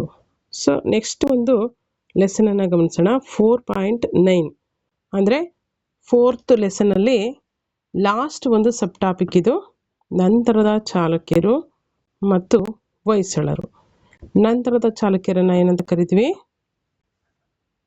ಕಲ್ಯಾಣಿ ಚಾಲುಕ್ಯರು ಅಂತಲೂ ಕೂಡ ನಾವು ಕರಿತೀವಿ. ಹಾಗೆ ಅನಂತರದಲ್ಲಿ ನಾವು ಹೊಯ್ಸಳರನ್ನ ಕುರಿತಾಗಿ ಗಮನಿಸೋಣ. ಇಲ್ಲಿ ನೋಡಿ, ನಂತರದ ಚಾಲುಕ್ಯರು ಇವರು ರಾಷ್ಟ್ರಕೂಟರ ಸಾಮಂತರಾಗಿದ್ದರು. ಇವರನ್ನು ಏನಂತ ಕರಿತೀವಿ? ಕಲ್ಯಾಣಿ ಚಾಲುಕ್ಯರು ಅಂಥೇಳಿ ಕರಿತೀವಿ. 2ನೇ ತೈಲಪ ಈ ಕಲ್ಯಾಣಿ ಚಾಲುಕ್ಯರ ಸ್ಥಾಪಕ. ಯಾರು? 2ನೇ ತೈಲಪ ಕಲ್ಯಾಣಿ ಚಾಲುಕ್ಯರ ಸ್ಥಾಪಕ. ಇವರ ಒಂದು ರಾಜಧಾನಿ ಮಾನ್ಯಕೇಟ. ಇವರ ರಾಜಧಾನಿ ಕೂಡ ಯಾವುದು? ಮಾನ್ಯಕೇಟ. ಇಲ್ಲಿ 1ನೇ ಸೋಮೇಶ್ವರ ರಾಜಧಾನಿಯನ್ನು ಕಲ್ಯಾಣಿಗೆ ವರ್ಗಾವಣೆಯನ್ನು ಮಾಡ್ತಾನೆ. 1ನೇ ಸೋಮೇಶ್ವರ ರಾಜಧಾನಿ ಮಾನ್ಯಕೇಟವನ್ನು ಎಲ್ಲಿಂದ?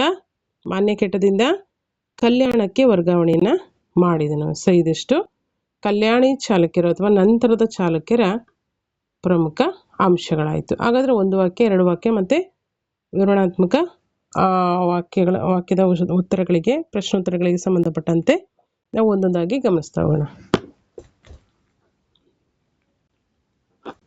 ಹಾಗಾದರೆ ಮೊದಲನೇ ಪ್ರಶ್ನೆ ನೋಡಿ, ಕಲ್ಯಾಣಿ ಚಾಲುಕ್ಯರ ಸ್ಥಾಪಕ ಯಾರು?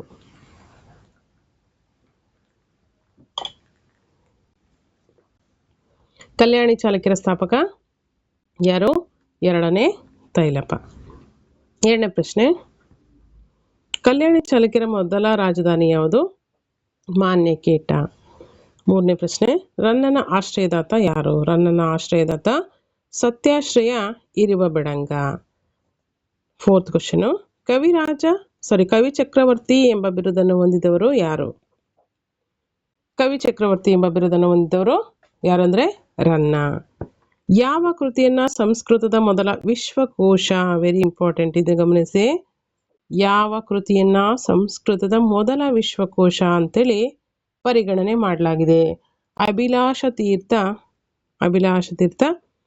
ಚಿಂತಾಮಣಿ ಅಥವಾ ಮಾನಸೋಲ್ಲಾಸ. ಯಾರು?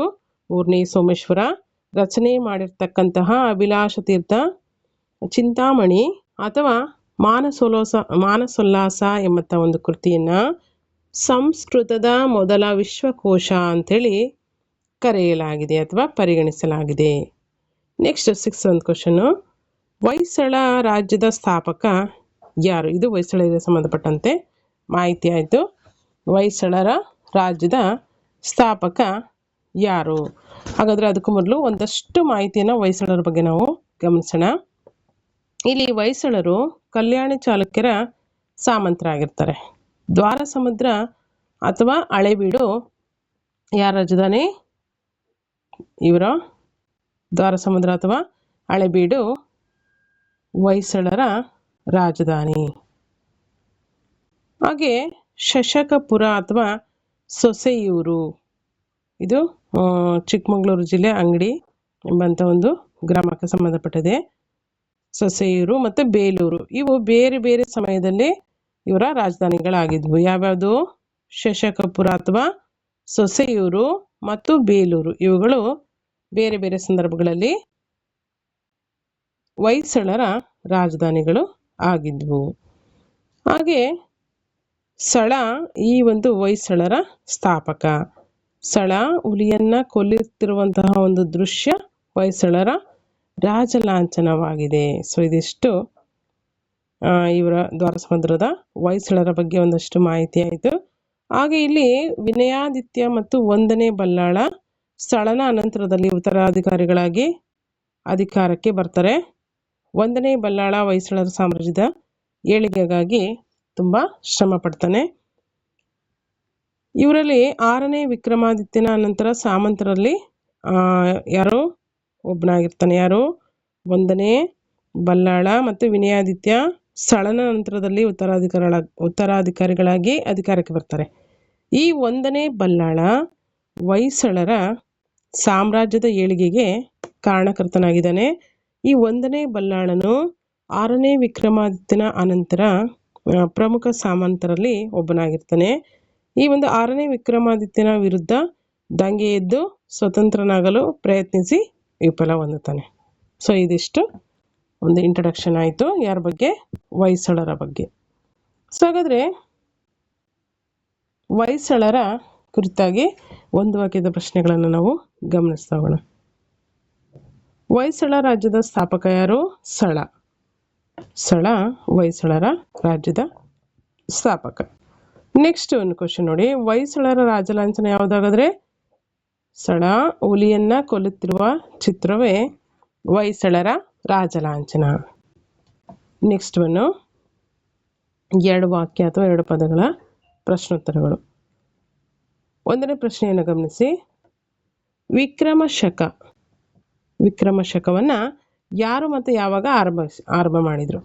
6ನೇ ವಿಕ್ರಮಾದಿತ್ಯ ಶಕವನ್ನ ಆರಂಭ ಮಾಡುತ್ತಾನೆ. ಕ್ರಿಸ್ತ ಶಕ ಇಷ್ಟರಲ್ಲಿ 1076ರಲ್ಲಿ. ಕ್ರಿಸ್ತ ಶಕ 1076ರಲ್ಲಿ 6ನೇ ವಿಕ್ರಮಾದಿತ್ಯ ವಿಕ್ರಮ ಶಕವನ್ನ ಆರಂಭ ಮಾಡಿದನು. ಸೆಕೆಂಡ್ ಕ್ವಶನು, 6ನೇ ವಿಕ್ರಮಾದಿತ್ಯನಿಗೆ ಇದ್ದಂತಹ ಯಾವುದಾದ್ರೂ 1-2 ಬಿರುದುಗಳನ್ನು ತಿಳಿಸಿ. 6ನೇ ವಿಕ್ರಮಾದಿತ್ಯನಿಗೆ ಇದ್ದಂತಹ ಯಾವುದಾದ್ರೂ ಪ್ರಮುಖ ಬಿರುದುಗಳು ಯಾವ್ಯಾವುದಿತ್ತು?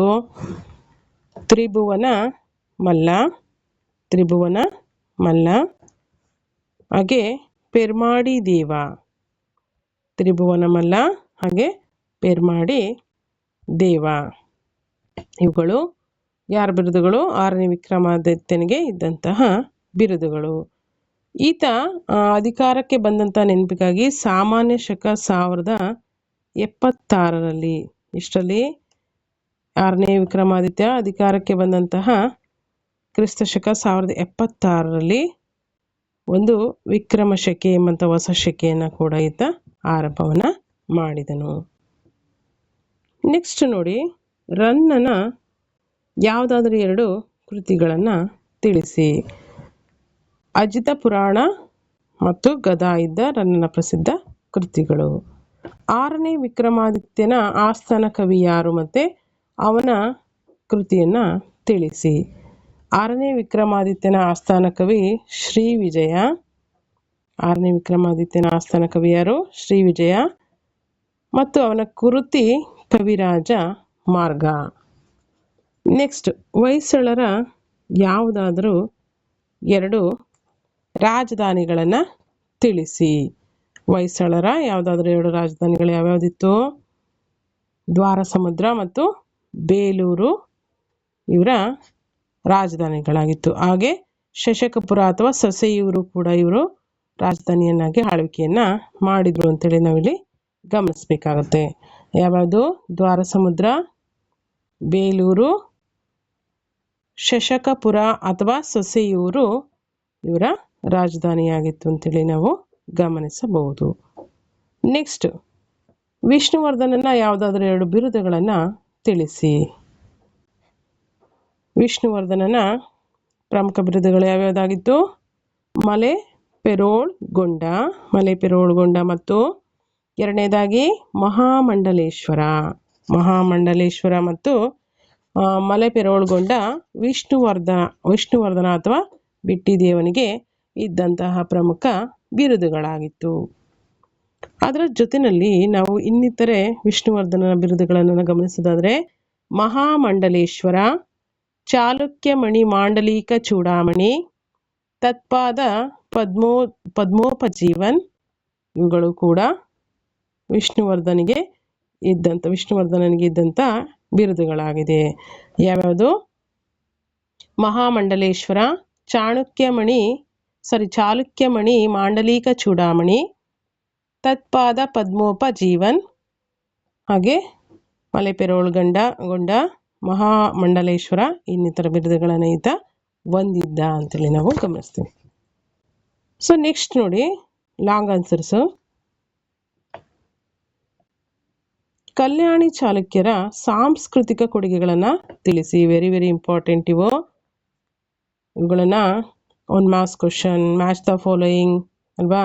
ಹಾಗೆ ಕನ್ಫ್ಯೂಷನ್ ಆಗಲಿಕ್ಕೆ ತುಂಬಾ ಕ್ವಶನ್ಸು, ತುಂಬ ಸಲ ರಿಪೀಟೆಡ್ ಆಗಿರ್ತಕ್ಕಂಥ ಕ್ವಶನ್ಸ್ ಇವು. ನಾವು ರನ್ನನ ಕೃತಿಗಳನ್ನು, ವಿಕ್ರಮಾದಿತ್ಯನಿಗೆ ದುರ್ಗಸಿಂಹನ ಕೃತಿಗಳನ್ನು, ನಯಸೇನನಿಗೆ ಈ ಥರ ಕನ್ಫ್ಯೂಷನ್ ಮಾಡ್ಕೊಳ್ತೀವಿ. ಸೊ ಆದ್ದರಿಂದ ಇವುಗಳನ್ನೆಲ್ಲ ಒಂದು ಕಡೆ ನೀಟಾಗಿ ಬರ್ಕೊಂಡು ಇಟ್ಕೊಂಡು ಅವುಗಳನ್ನು ಆವಾಗವಾಗ ಏನು ಮಾಡಬೇಕು? ರಿಪೀಟೆಡ್ ಓದ್ತಾ ಇದ್ರೆ ಏನಾಗುತ್ತೆ? ಇವುಗಳು ಪರ್ಮನೆಂಟಾಗಿ ನೆನಪಲ್ಲಿ ಉಳಿಯುತ್ತೆ. ಸೊ ಹಾಗಾದರೆ ಬನ್ನಿ, ಕಲ್ಯಾಣಿ ಚಾಲುಕ್ಯರ ಸಾಂಸ್ಕೃತಿಕ ಕೊಡುಗೆಗಳನ್ನು ಕುರಿತಾಗಿ ನಾವು ಗಮನಿಸ್ತಾ ಹೋಗೋಣ. ಕಲ್ಯಾಣಿ ಚಾಲುಕ್ಯರು ಬಾದಾಮಿ ಚಾಲುಕ್ಯರ ಪರಂಪರೆಯನ್ನೇ ಮುಂದುವರಿಸ್ಕೊಂಡು ಬರ್ತಾರೆ. ಹಾಗೆ ಇವರು ಕರ್ನಾಟಕದ ಸಂಸ್ಕೃತಿಗೆ ವಿಶೇಷವಾಗಿ ಸಾಹಿತ್ಯ, ಕಲೆ, ವಾಸ್ತುಶಿಲ್ಪ ಇನ್ನಿತರ ಕ್ಷೇತ್ರಗಳಿಗೆ ತಮ್ಮದೇ ಆಗಿರ್ತಕ್ಕಂತಹ ಕೊಡುಗೆಗಳನ್ನು ನೀಡಿದ್ದಾರೆ ಅಂತೇಳಿ ನಾವು ಗಮನಿಸ್ಬೋದಾಗಿದೆ. ಹಾಗೆ ಇವರ ಒಂದು ಸಾಹಿತ್ಯವನ್ನು ನಾವು ನೋಡೋದಾದರೆ, ಯಾರ ಸಾಹಿತ್ಯ?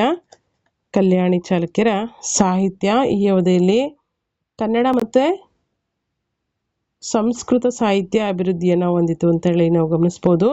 ಹಾಗಾದರೆ ಈ ಒಂದು ಕಾಲಘಟ್ಟದಲ್ಲಿ ರಚನೆಯಾಗಿರ್ತಕ್ಕಂಥ ಕೃತಿಗಳು ಯಾವ್ಯಾವುದು ಅಂತ ನಾವು ಒಂದೊಂದಾಗಿ ನೋಡ್ತಾ ಹೋಗೋಣ.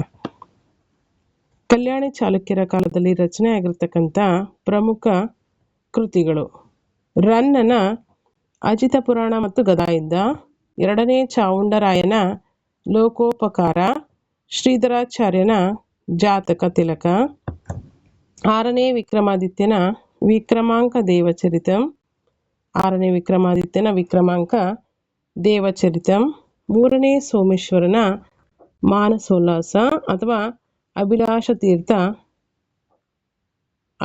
ತೀರ್ಥ ಚಿಂತಾಮಣಿ, ದುರ್ಗಸಿಂಹನ ಪಂಚತಂತ್ರ, ನಯಸೇನನ ಧರ್ಮಾಮೃತ.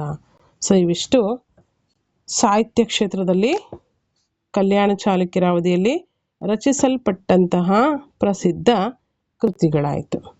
ನೆಕ್ಸ್ಟು ಕಲೆ ಮತ್ತು ವಾಸ್ತುಶಿಲ್ಪ ಕ್ಷೇತ್ರಕ್ಕೆ ಕಲ್ಯಾಣಿ ಚಾಲುಕ್ಯರ ಕೊಡುಗೆಗಳು.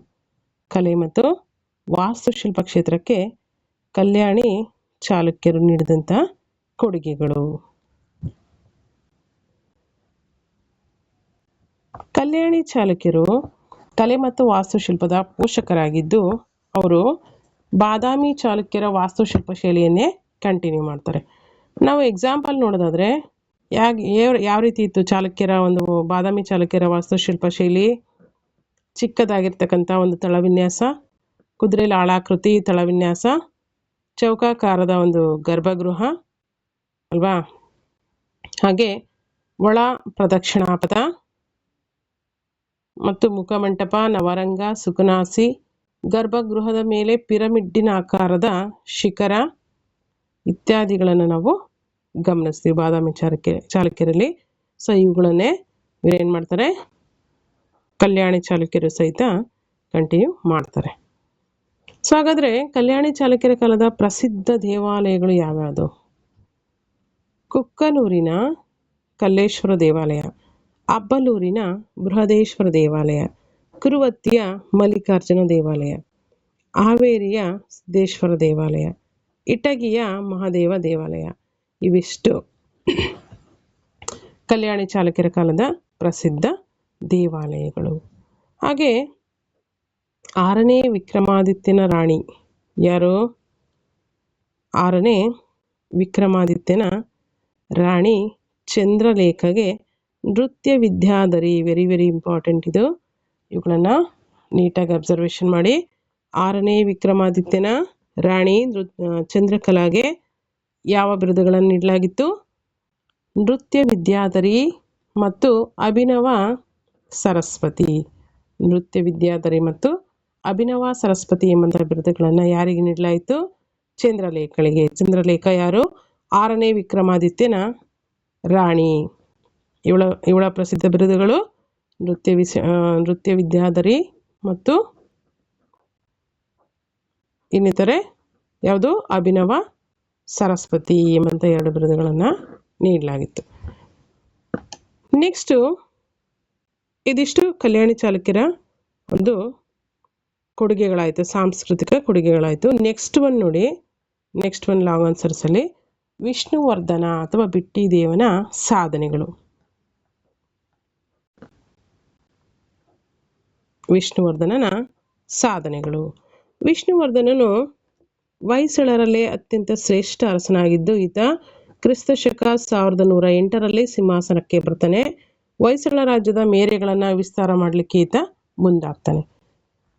ಹಾಗೆ ತಲಕಾಡು ಯುದ್ಧವನ್ನು ಮಾಡ್ತಾನೆ. ಅಂದರೆ ಎಷ್ಟರಲ್ಲಿ? ಕ್ರಿಸ್ತಶಕ 1114ರಲ್ಲಿ ನಡೆದಂತಹ ತಲಕಾಡು ಕದನದಲ್ಲಿ ವಿಷ್ಣುವರ್ಧನನು ಚೋಳರನ್ನ ಸಂಪೂರ್ಣವಾಗಿ ಸೋಲಿಸಿ ಅವರನ್ನು ಗಂಗವಾಡಿ ಪ್ರದೇಶದಿಂದ ಹೊರಹಾಕಿ ತಲಕಾಡುಗೊಂಡ ಎಂಬಂಥ ಒಂದು ಬಿರುದನ್ನು ಪಡೆದುಕೊಳ್ತಾನೆ. ಯಾರು? ತಲಕಾಡುಗೊಂಡ ಬಿರುದನ್ನು ಪಡೆದುಕೊಂಡವರು ವಿಷ್ಣುವರ್ಧನ. ಯಾರನ್ನ ಸೋಲಿಸಿ? ಚೋಳರನ್ನ ಗಂಗವಾಡಿಯಿಂದ ಸೋಲಿಸಿ ಏನು ಮಾಡ್ತಾನೆ? ತಲಕಾಡುಗೊಂಡ ಎಂಬಂಥ ಬಿರುದನ್ನು ಈತ ಪಡೆದುಕೊಳ್ತಾನೆ. ಈ ಒಂದು ದಿಗ್ವಿಜಯದ ನೆನಪಿಗಾಗಿ ಬೇಲೂರಿನಲ್ಲಿ ಚನ್ನಕೇಶ್ವರ ದೇವಾಲಯ ಮತ್ತು ತಲಕಾಡಿನಲ್ಲಿ ಕೀರ್ತಿ ನಾರಾಯಣ ದೇವಾಲಯವನ್ನು ಈತ ನಿರ್ಮಾಣ ಮಾಡಿದನು. ನೆಕ್ಸ್ಟ್ ಒನ್ ಪಾಯಿಂಟ್ ನೋಡಿ, ನೆರೆಹೊರೆಯ ಅರಸರೊಂದಿಗೆ ಯುದ್ಧ. ಯಾರು? ವಿಷ್ಣುವರ್ಧನ ನೆರೆಹೊರೆಯ ಅರಸರೊಂದಿಗೆ ಯುದ್ಧವನ್ನು ಮಾಡಿದನ್ನು ನಾವು ಗಮನಿಸ್ತಾ ಹೋಗೋಣ. ವಿಷ್ಣುವರ್ಧನನು ನೆರೆಹೊರೆಯ ಕೊಂಗು, ನಂಗಲಿ, ನೊಳಂಬವಾಡಿ, ಆನಗಲ್ಲು ಮೊದಲಾದ ಪ್ರಾಂತ್ಯಗಳ ನಾಯಕರನ್ನ ಸದೆಬಡಿದು ಅವರನ್ನು ವಶಪಡಿಸಿಕೊಂಡನು. ನೆಕ್ಸ್ಟು ಕೋಲಾರದಿಂದ ಚೋಳರ ಉಚ್ಚಾಟನೆ. ಕೋಲಾರದಿಂದ ಚೋಳರ ಉಚ್ಚಾಟನೆ. ವಿಷ್ಣುವರ್ಧನನು ಕೋಲಾರದಲ್ಲಿ ನೆಲೆಸಿದ್ದಂತಹ ಚೋಳರನ್ನು ಅಲ್ಲಿಂದ ಹೊರಹಾಕಿ ಅವರನ್ನು ಕಂಚಿಯ ತನಕ ಅಟ್ಟಿಸಿಕೊಂಡು ಹೋದನು. ಇದರ ಒಂದು ನೆನಪಿಗಾಗಿ ಕಂಚಿಗೊಂಡ ಎಂಬಂಥ ಬಿರುದನ್ನು ಪಡೆದುಕೊಂಡನು. ಯಾರ ನೆನಪಿಗಾಗಿ? ಕೋಲಾರದಲ್ಲಿ ನೆಲೆಸಿದಂತಹ ಚೋಳರನ್ನ ಕಂಚಿಯ ತನಕ ಅಟ್ಟಿಸ್ಕೊಂಡು ಹೋಗಿ ಸೋಲಿಸ್ತಾನೆ. ಸೊ ಹಾಗಾಗಿ ಇದರ ನೆನಪಿಗೋಸ್ಕರ ಕಂಚಿಗೊಂಡ ಎಂಬಂತ ಬಿರುದನ್ನು ಆತನಿಗೆ ನೀಡಲಾಗುತ್ತೆ. ನೆಕ್ಸ್ಟು ಮದುರೈ ಮತ್ತು ಉಚ್ಚಂಗಿ ಪಾಂಡ್ಯರ ಮೇಲಿನ ದಾಳಿ. ವಿಷ್ಣುವರ್ಧನನು ಮದುರೈ ಮತ್ತು ಉಚ್ಚಂಗಿ ಪಾಂಡ್ಯರ ಮೇಲೆ ದಾಳಿ ಮಾಡಿ ಅವರನ್ನು ಸೆದೆ ಬೆಳೆದು ರಾಮೇಶ್ವರದ ತನಕ ಮುಂದುವರಿಸ್ತಾನೆ. ನೆಕ್ಸ್ಟ್ ಕನ್ನೇಗಾಲ ಕದನ ಎಷ್ಟರಲ್ಲಿ ನಡೆಯುತ್ತೆ? 1118ರಲ್ಲಿ ಕಲ್ಯಾಣಿ ಚಾಲುಕ್ಯರ ಪ್ರಸಿದ್ಧ ಅರಸನಾದಂಥ 6ನೇ ವಿಕ್ರಮಾದಿತ್ಯ ಮತ್ತು ವಿಷ್ಣುವರ್ಧನನ ನಡುವೆ ಕನ್ನೇಗಾಲ ಕದನ ನಡೆಯುತ್ತದೆ. ಈ ಒಂದು ಕದನದಲ್ಲಿ ಸಂಪೂರ್ಣವಾಗಿ ವಿಷ್ಣುವರ್ಧನನು 6ನೇ ವಿಕ್ರಮಾದಿತ್ಯನಿಂದ ಸೋಲಲ್ಪಡ್ತಾನೆ. ಯಾರು? 1118ರಲ್ಲಿ ನಡೆದಂತಹ ಕಲ್ಯಾಣಿ ಚಾಲುಕ್ಯರ ಅರಸ 6ನೇ ವಿಕ್ರಮಾದಿತ್ಯ ಮತ್ತು ವಿಷ್ಣುವರ್ಧನ ನಡುವೆ ನಡೆದಂಥ ಕನ್ನೇಗಾಲ ಕದನದಲ್ಲಿ ವಿಷ್ಣುವರ್ಧನ ಸಂಪೂರ್ಣವಾಗಿ 6ನೇ ವಿಕ್ರಮಾದಿತ್ಯನಿಂದ ಸೋಲಿಸಲ್ಪಡ್ತಾನೆ. ನೆಕ್ಸ್ಟು ವಿಷ್ಣುವರ್ಧನನ ಬಿರುದುಗಳೇನಿರುತ್ತೆ ಅಂತೇಳಿ ನಾವು ನೋಡ್ತಾ ಹೋಗೋಣ. ಮಹಾಮಂಡಲೇಶ್ವರ, ಚಾಳುಕ್ಯಮಣಿ ಮಾಂಡಲಿಕ, ಚೂಡಾಮಣಿ. ಚಾಳುಕ್ಯಮಣಿ ಮಾಂಡಲಿಕ ಚೂಡಾಮಣಿ ಇದೊಂದೇ ಬಿರುದು. ಮಲೆಪೆರು ಒಳಗೊಂಡ ಇನ್ನಿತರ ಬಿರುದುಗಳನ್ನು ವಿಷ್ಣುವರ್ಧನನಿಗೆ ನೀಡಲಾಗಿದೆ. ಸೊ ಇದಿಷ್ಟು ವಿಷ್ಣುವರ್ಧನ ಪ್ರಮುಖ ಸಾಧನೆಗಳು. ನೆಕ್ಸ್ಟ್ ಒಂದು ಲಾಂಗ್ ಆನ್ಸರ್ ನೋಡಿ. ಹೊಯ್ಸಳರ ಧಾರ್ಮಿಕ ಸಾಹಿತ್ಯ ಕೊಡುಗೆಗಳು. ಹೊಯ್ಸಳರು ಧಾರ್ಮಿಕ ಮತ್ತು ಸಾಹಿತ್ಯ ಕ್ಷೇತ್ರಗಳಿಗೆ ನೀಡಿದಂಥ ಕೊಡುಗೆಗಳು. ಮೊದಲನೇದಾಗಿ ಹೊಯ್ಸಳರ ಧಾರ್ಮಿಕ ಸಾಹಿತ್ಯವನ್ನು ಕುರಿತಾಗಿ ನಾವು ಧಾರ್ಮಿಕ ಕೊಡುಗೆಗಳನ್ನು ಕುರಿತಾಗಿ ಮೊದಲನೇದಾಗಿ ನಾವು ಗಮನಿಸ್ತಾ ಹೋಗೋಣ. ಧರ್ಮಕ್ಕೆ ನೀಡಿರ್ತಕ್ಕಂಥ ಕೊಡುಗೆಗಳು. ಹೊಯ್ಸಳರು ಧಾರ್ಮಿಕ ಸಹಿಷ್ಣುಗಳಾಗಿದ್ದು ಮುಖ್ಯವಾಗಿ ಇವರು ಶೈವ, ವೈಷ್ಣವ ಮತ್ತು ಜೈನ ಧರ್ಮಗಳನ್ನು ಪೋಷಣೆ ಮಾಡಿದರು. ವಿಷ್ಣುವರ್ಧನನೇ ಆರಂಭದಲ್ಲಿ ಏನಾಗಿದ್ದ? ಜೈನನಾಗಿದ್ದ. ಅನಂತರ ಬಿಟ್ಟಿದೇವ ಎಂಬ ಹೆಸರನ್ನು ಹೊಂದಿದ್ದು ವೈಷ್ಣವ ಧರ್ಮಕ್ಕೆ ಮತಾಂತರಗೊಂಡು ಏನು ಮಾಡ್ತಾನೆ? ಮುಂದೆ ರಾಮಾನುಜಾಚಾರ್ಯರಿಂದ ಪ್ರಭಾವಗೊಂಡು ವೈಷ್ಣವ ಧರ್ಮಕ್ಕೆ ಈತ ಮತಾಂತರಗೊಂಡು ಏನಾಗ್ತಾನೆ? ಬಿಟ್ಟಿದೇವ ವಿಷ್ಣುವರ್ಧನ ಎಂಬ ಹೆಸರನ್ನು ಇಟ್ಕೊಳ್ತಾನೆ. ವಿಷ್ಣುವರ್ಧನನ ರಾಣಿಯಾದ ಶಾಂತಲಾದೇವಿ ಜೈನ ಧರ್ಮಿಗಳಾಗಿದ್ದು ಹಲವಾರು ಬಸದಿಗಳನ್ನು ಕೂಡ ಈತ ನಿರ್ಮಿಸ್ತಾನೆ. ಇದು ಧರ್ಮಕ್ಕೆ ಸಂಬಂಧಪಟ್ಟಂತೆ ಹೊಯ್ಸಳರ ಧರ್ಮಕ್ಕೆ ಸಂಬಂಧಪಟ್ಟಂಥ ಕೊಡುಗೆಗಳಾಯಿತು. ನೆಕ್ಸ್ಟು ಹೊಯ್ಸಳರು ಸಾಹಿತ್ಯ ಕ್ಷೇತ್ರಕ್ಕೆ ನೀಡಿದಂಥ ಕೊಡುಗೆಗಳು. ಹೊಯ್ಸಳ ಅರಸರು ಕನ್ನಡ ಮತ್ತು ಸಂಸ್ಕೃತ ಸಾಹಿತ್ಯ ಕವಿಗಳಿಗೆ ಆಶ್ರಯವನ್ನು ನೀಡಿರ್ತಾರೆ. ಕಾರಣ ಕವಿ ಮತ್ತು ವಿದ್ವಾಂಸರು ಇದರಿಂದ ಏನಾಗ್ತಾರೆ? ಹಲವಾರು ಸಾಹಿತ್ಯ ಕೃತಿಗಳನ್ನು ರಚನೆ ಮಾಡಲಿಕ್ಕೆ ಅನುಕೂಲ ಆಗುತ್ತೆ. ಅದಷ್ಟೇ ಅಲ್ಲ, ಸಾಹಿತ್ಯದ ಬೆಳವಣಿಗೆಗೆ ಹೆಚ್ಚಿನ ಕೊಡುಗೆಗಳನ್ನು ಇವರು ನೀಡ್ತಾರೆ. ಹಾಗಾದರೆ ಸಾಹಿತ್ಯ ಕ್ಷೇತ್ರದಾಗ ಒಂದು ಕೊಡುಗೆಗಳು ಏನೇನಿತ್ತು ಹೊಯ್ಸಳರ ಕಾಲದಲ್ಲಿ ಅಂತ ನೋಡೋದಾದರೆ, ನಾಗಚಂದ್ರ ಅಲ್ವಾ? ನಾಗಚಂದ್ರ ರಚನೆ ಮಾಡಿರ್ತಕ್ಕಂತಹ ಮಲ್ಲಿನಾಥ ಪುರಾಣ ಮತ್ತು ರಾಮಚಂದ್ರ ಚರಿತ ಪುರಾಣ ಪ್ರಸಿದ್ಧ ಕೃತಿಗಳು. ನೆಕ್ಸ್ಟು ರಾಜಾದಿತ್ಯನ ಕ್ಷೇತ್ರಗಣಿತ ಮತ್ತು ವ್ಯವಹಾರ ಗಣಿತ, ನಯಸೇನನ ಧರ್ಮಾಮೃತ, ನೆಕ್ಸ್ಟ್ ರಾಘವಾಂಕನ ಹರಿಶ್ಚಂದ್ರ ಕಾವ್ಯ ಮತ್ತು ಸಿದ್ಧರಾಮ ಪುರಾಣ. ನೆಕ್ಸ್ಟ್ ಹರಿಹರ ಕವಿಯ ಗಿರಿಜಾ ಕಲ್ಯಾಣ ಮತ್ತು ಪಂಪಾಶತಕ, ಜನ್ನನು ರಚನೆ ಮಾಡಿರ್ತಕ್ಕಂತಹ ಯಶೋಧರ ಚರಿತೆ, ಹಾಗೆ ಕೇಶಿರಾಜನ ಶಬ್ದಮಣಿ ದರ್ಪಣ. ಸೊ ಇವಿಷ್ಟು ಹೊಯ್ಸಳರ ಕಾಲದಲ್ಲಿ ಸಾಹಿತ್ಯ ಕ್ಷೇತ್ರಕ್ಕೆ ಅವರು ನೀಡಿರ್ತಕ್ಕಂತಹ ಕೊಡುಗೆಗಳು. ನೆಕ್ಸ್ಟ್ ಹೊಯ್ಸಳರ ವಾಸ್ತುಶಿಲ್ಪ ಶೈಲಿಯ ಪ್ರಮುಖ ಲಕ್ಷಣಗಳು. ಹೊಯ್ಸಳರು ವೇಸರ, ದ್ರಾವಿಡ ಶೈಲಿಗಳನ್ನು ಸೇರಿಸಿ ಹೊಯ್ಸಳ ಶೈಲಿ ಎಂಬಂತಹ ಹೊಸ ವಾಸ್ತುಶಿಲ್ಪ ಶೈಲಿಯನ್ನು ಬೆಳೆಸ್ತಾರೆ. ಹೊಯ್ಸಳರು ವೇಸರ ಶೈಲಿ ಮತ್ತು ದ್ರಾವಿಡ ಶೈಲಿಯನ್ನು ಮಿಕ್ಸ್ ಮಾಡಿ ಅವರದ್ದೇ ಆಗಿರ್ತಕ್ಕಂಥ ಹೊಸ ವಾಸ್ತುಶಿಲ್ಪ ಶೈಲಿಯನ್ನು ನಿರ್ಮಾಣ ಮಾಡ್ತಾರೆ. ಅದನ್ನ ಏನಂತ ಕರಿತೀವಿ? ಹೊಯ್ಸಳ ಶೈಲಿ ಅಂತೇಳಿ ಕರಿತೀವಿ. ಹಾಗಾದರೆ ಈ ಒಂದು ಹೊಯ್ಸಳ ಶೈಲಿಯ ಪ್ರಮುಖ ಲಕ್ಷಣಗಳೇನು? ಮೊದಲನೇ ಪಾಯಿಂಟು ನಕ್ಷತ್ರಾಕಾರದ ತಳವಿನ್ಯಾಸ. ಸೆಕೆಂಡ್ ಪಾಯಿಂಟು ಸುಮಾರು 4 ಅಡಿ ಎತ್ತರದ ನಕ್ಷತ್ರಾಕಾರದ ಜಗತಿಯನ್ನು ಹೊಂದಿರತಕ್ಕಂಥದ್ದು. ಥರ್ಡ್ ಪಾಯಿಂಟು ದೇವಾಲಯದ ಸುತ್ತಮುತ್ತಲಿರುವ ಜಗತಿ ತೆರೆದ ಪ್ರದಕ್ಷಿಣಾ ಪಥವಾಗಿತ್ತು. ಫೋರ್ತ್ ಪಾಯಿಂಟು ವೈವಿಧ್ಯಮಯವಾದಂತಹ ವಿನ್ಯಾಸವನ್ನು ಒಳಗೊಂಡಂತಹ ನುಣುಪಾದ ಕಂಬಗಳನ್ನು ನಾವಿಲ್ಲಿ ಇವರ ದೇವಾಲಯದಲ್ಲಿ ಕಾಣಬಹುದು. ಹಾಗೆ ವಿಸ್ತೃತ ಕೆತ್ತನೆ ಮತ್ತು ಸುಂದರವಾಗಿ ಕೆತ್ತನೆ ಮಾಡಿರ್ತಕ್ಕಂಥ ಮದನಿಕೆಯರ ವಿಗ್ರಹಗಳನ್ನು ನಾವಿಲ್ಲಿ ಗಮನಿಸ್ಬೋದು. 6th ಒನ್ ವಿಶಾಲವಾದ ನವರಂಗ. 7th ಒನ್ ಪಿರಮಿಡ್ಡಿನ ಆಕಾರದಲ್ಲಿರುವ ವಿಮಾನ ಅಥವಾ ಶಿಖರವನ್ನು ಹೊಂದಿರ್ತವೆ ಇವರ ಒಂದು ದೇವಾಲಯಗಳು. ಮತ್ತು ಇವರ ದೇವಾಲಯಗಳ ಇನ್ನೊಂದಷ್ಟು ವಿಶೇಷತೆ ಏನಪ್ಪ ಅಂತಂದರೆ 1 ರಿಂದ 5 ಗರ್ಭಗೃಹಗಳು ಏಕಕೂಟ, ದ್ವಿಕೂಟ, ತ್ರಿಕೂಟ, ಚತುಷ್ಕೂಟ, ಪಂಚಕೂಟ ಇವಿಷ್ಟು ಗೃಹಗಳನ್ನು ಹೊಯ್ಸಳರ ಕಾಲದ ದೇವಾಲಯಗಳು ಹೊಂದಿವೆ. ಅವರ ವಾಸ್ತುಶಿಲ್ಪ ಶೈಲಿಯನ್ನು ಈ ಎಲ್ಲ ಅಂಶಗಳಿಂದ ನಾವು ಗಮನಿಸ್ಬೋದು. ಹಾಗೆ ಅವರು ಇಷ್ಟೇ ಅಲ್ಲದೆ 100ಕ್ಕೂ ಹೆಚ್ಚು ದೇವಾಲಯಗಳನ್ನು ನಿರ್ಮಾಣ ಮಾಡಿದ್ದಾರೆ ಅಂತೇಳಿ ನಾವು ಗಮನಿಸಬಹುದಾಗಿದೆ. 100ಕ್ಕೂ ಹೆಚ್ಚು ದೇವಾಲಯಗಳನ್ನು ಹೊಯ್ಸಳರು ನಿರ್ಮಿಸಿದ್ದಾರೆ. ಅದರಲ್ಲಿ ಪ್ರಮುಖವಾಗಿರ್ತಕ್ಕಂಥ ವಿಶೇಷ ದೇವಾಲಯಗಳನ್ನು ನಾವು ನೋಡೋದಾದರೆ ಬೇಲೂರಿನ ಚೆನ್ನಕೇಶವ ದೇವಾಲಯ, ಹಳೆಬೀಡಿನ ಹೊಯ್ಸಳೇಶ್ವರ ದೇವಾಲಯ, ಸೋಮನಾಥಪುರದ ಕೇಶವ ದೇವಾಲಯ, ದೊಡ್ಡಗದ್ದವಳ್ಳಿಯ ಲಕ್ಷ್ಮೀ ದೇವಾಲಯ, ಗೋವಿಂದನಹಳ್ಳಿಯ ಪಂಚಲಿಂಗೇಶ್ವರ ದೇವಾಲಯ, ತಲಕಾಡಿನ ಕೀರ್ತಿನಾರಾಯಣ ದೇವಾಲಯ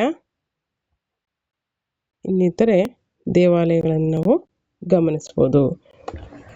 ಸ್ನೇಹಿತರೆ, ಇದಿಷ್ಟು ಕಲ್ಯಾಣಿ ಚಾಲುಕ್ಯರು ಅಥವಾ ಬಾದಾಮಿ ಚಾಲುಕ್ಯರ ನಂತರದ ಚಾಲುಕ್ಯರ ಕುರಿತಾದಂಥ ಮಾಹಿತಿ. ಹಾಗೆ ಅದರ ಜೊತೆಯಲ್ಲಿ ಹೊಯ್ಸಳರು ಮತ್ತು ಹೊಯ್ಸಳರ ಒಂದು ಕೊಡುಗೆಗಳು ಏನಿತ್ತು ಅಂತೇಳಿ ಈ ಒಂದು ವಿಡಿಯೋದಲ್ಲಿ ಡಿಸ್ಕಷನ್ ಮಾಡಿದ್ವಿ. ಸೊ ಯಾಕೆ ಅಂದರೆ ಈ ಒಂದು 4th ಲೆಸನ್ನು ಇಲ್ಲಿಗೆ ಕಂಪ್ಲೀಟ್ ಆಗುತ್ತೆ. ಸೊ ಹಾಗಾಗಿ ನಾನೇನು ಮಾಡಿದೆ, ಈ ವಿಡಿಯೋ ಲೆಂದಿ ಆದರೂ ಪರವಾಗಿಲ್ಲ ಅಂತೇಳಿ ಇದನ್ನು ಕಂಪ್ಲೀಟ್ ಮಾಡಿರ್ತಕ್ಕಂಥದ್ದು. ಸೊ ನೆಕ್ಸ್ಟ್ ಬರ್ತಕ್ಕಂಥದ್ದು ಏನಪ್ಪ ಅಂತಂದರೆ ಮಿಡಿವಲ್ ಇಂಡಿಯನ್ ಹಿಸ್ಟ್ರಿ, ಅಂದರೆ ಮಧ್ಯಕಾಲೀನ ಭಾರತದ ಇತಿಹಾಸಕ್ಕೆ ಸಂಬಂಧಪಟ್ಟಂತೆ ನಾವು ನೆಕ್ಸ್ಟ್ ಒಂದು ವಿಡಿಯೋದಲ್ಲಿ ನೋಡೋಣ. ಸ್ನೇಹಿತರೆ, ಇಲ್ಲಿವರೆಗೂ ಈ ವಿಡಿಯೋವನ್ನು ವಾಚ್ ಮಾಡಿರ್ತಕ್ಕಂಥ ಎಲ್ರಿಗೂ ಕೂಡ ತುಂಬ ತುಂಬ ಥ್ಯಾಂಕ್ಸ್. ಹಾಗೆ ದಯವಿಟ್ಟು ವಿಡಿಯೋಗೊಂದು ಲೈಕ್ ಕೊಡಿ. ಯಾರಾದರೂ GPSTR, HSTR, PU college lecturer, KSET, net ಈ ರೀತಿ ಇತಿಹಾಸಕ್ಕೆ ಸಂಬಂಧಪಟ್ಟಂತೆ ಪ್ರಿಪ್ರೇಷನನ್ನು ಮಾಡ್ತಾ ಇದ್ದರೆ ಪರೀಕ್ಷೆಗಳಿಗೆ ಅವರಿಗೂ ಕೂಡ ಯೂಸ್ಫುಲ್ ಆಗುತ್ತೆ. ಈ ವಿಡಿಯೋವನ್ನು ಶೇರ್ ಮಾಡಿ. ನಿಮ್ಮ ಅನಿಸಿಕೆ ಅಭಿಪ್ರಾಯಗಳು ಏನಿದ್ರು ಕೂಡ ಅವುಗಳನ್ನು ಕಮೆಂಟ್ ಸೆಕ್ಷನಲ್ಲಿ ಕಮೆಂಟ್ಸ್ ಮಾಡಿ. ಹಾಗೆ ನಾಲೆಡ್ಜ್ ಗುರು ಯೂಟ್ಯೂಬ್ ಚಾನಲನ್ನು ದಯವಿಟ್ಟು ಸಬ್ಸ್ಕ್ರೈಬ್ ಆಗಿ ಬೆಲ್ ಐಕನ್ ಪ್ರೆಸ್ ಮಾಡಿ. ಆಲ್ರೆಡಿ ಸಬ್ಸ್ಕ್ರೈಬ್ ಆಗಿರ್ತಕ್ಕಂಥ ಎಲ್ರಿಗೂ ಕೂಡ ತುಂಬ ತುಂಬ ಥ್ಯಾಂಕ್ಸ್. ಇದಿಷ್ಟು ಮಾಹಿತಿ ಈ ಒಂದು ದ್ವಿತೀಯ PUC ಭಾರತದ ಇತಿಹಾಸಕ್ಕೆ ಸಂಬಂಧಪಟ್ಟಂತೆ ಆಗಿತ್ತು. ಹಾಗೆ ಅನಂತರದಲ್ಲಿ ನೆಕ್ಸ್ಟ್ ಒಂದು ವಿಡಿಯೋದಲ್ಲಿ ಮುಂದುವರೆದಂಥ ಭಾಗವನ್ನು ನಾವು ಪಾರ್ಟ್ 10ನಲ್ಲಿ ಗಮನಿಸ್ತಾ ಹೋಗೋಣ. ಸೊ ಫ್ರೆಂಡ್ಸ್, ಏನಾದರೂ ಡೌಟ್ಸ್ ಇದ್ದರೆ ಕಮೆಂಟ್ಸ್ ಮಾಡಿ. ಇನ್ನಿತರ ಮಾಹಿತಿ ಏನು ಬೇಕು ಅಥವಾ ಇನ್ನಿತರ ಏನು ವಿಚಾರಗಳನ್ನು ಹೇಳ್ಬೇಕಾಗಿರುತ್ತೆ ಅಂತಕ್ಕಂಥದ್ದು. ಹಾಗೆ ನಾನು ನಿನ್ನೆ ಒಂದು ವಿಡಿಯೋದಲ್ಲಿ HSTRಗೆ ಸಂಬಂಧಪಟ್ಟಂತೆ ಒಂದು ಬಲ್ಲ ಮೂಲಗಳಿಂದ ಸಿಕ್ಕಿರ್ತಕ್ಕಂಥ ಮಾಹಿತಿಯನ್ನು ತಿಳಿಸಿದ್ದೀನಿ. ಯಾವ್ಯಾವ ವಿಷಯಕ್ಕೆ ಎಷ್ಟೆಷ್ಟು ಅಂದರೆ ಯಾವ್ಯಾವ ಸಬ್ಜೆಕ್ಟಿಗೆ ಎಷ್ಟೆಷ್ಟು ಪೋಸ್ಟ್ಗಳನ್ನು ಕಾಲ್ಫರ್ ಆಗುತ್ತೆ ಅಂತಕ್ಕಂಥ ವಿಚಾರಗಳಿಗೆ ಸಂಬಂಧಪಟ್ಟಂತೆ ಹೇಳಿದ್ದೀನಿ. ಆ ಒಂದು ವಿಡಿಯೋವನ್ನು ಕೂಡ ವಾಚ್ ಮಾಡಿ. ಹಾಗೆ ಪಾರ್ಟ್ 1ಇಂದ ಪಾರ್ಟ್ 8ವರೆಗೂ ಎಲ್ಲ ವಿಡಿಯೋಸು ಪ್ಲೇಲಿಸ್ಟಲ್ಲಿದೆ. ಅವುಗಳನ್ನು ದಯವಿಟ್ಟು ಹೋಗಿ ಚೆಕ್ ಮಾಡಿ. ಅವುಗಳನ್ನೆಲ್ಲ 1 by 1 ನೋಡ್ತಾ ಹೋಗಿ ಕಂಟಿನ್ಯೂಟಿ ಸಿಗುತ್ತೆ ಅಂತ ಹೇಳ್ತಾ ಇಲ್ಲಿವರೆಗೂ ವಿಡಿಯೋ ವಾಚ್ ಮಾಡಿದಂಥ ಎಲ್ರಿಗೂ ಕೂಡ ತುಂಬ ತುಂಬ ಥ್ಯಾಂಕ್ಸ್. ಜೈ ಹಿಂದ್, ಜೈ ಕರ್ನಾಟಕ ಮಾತೆ.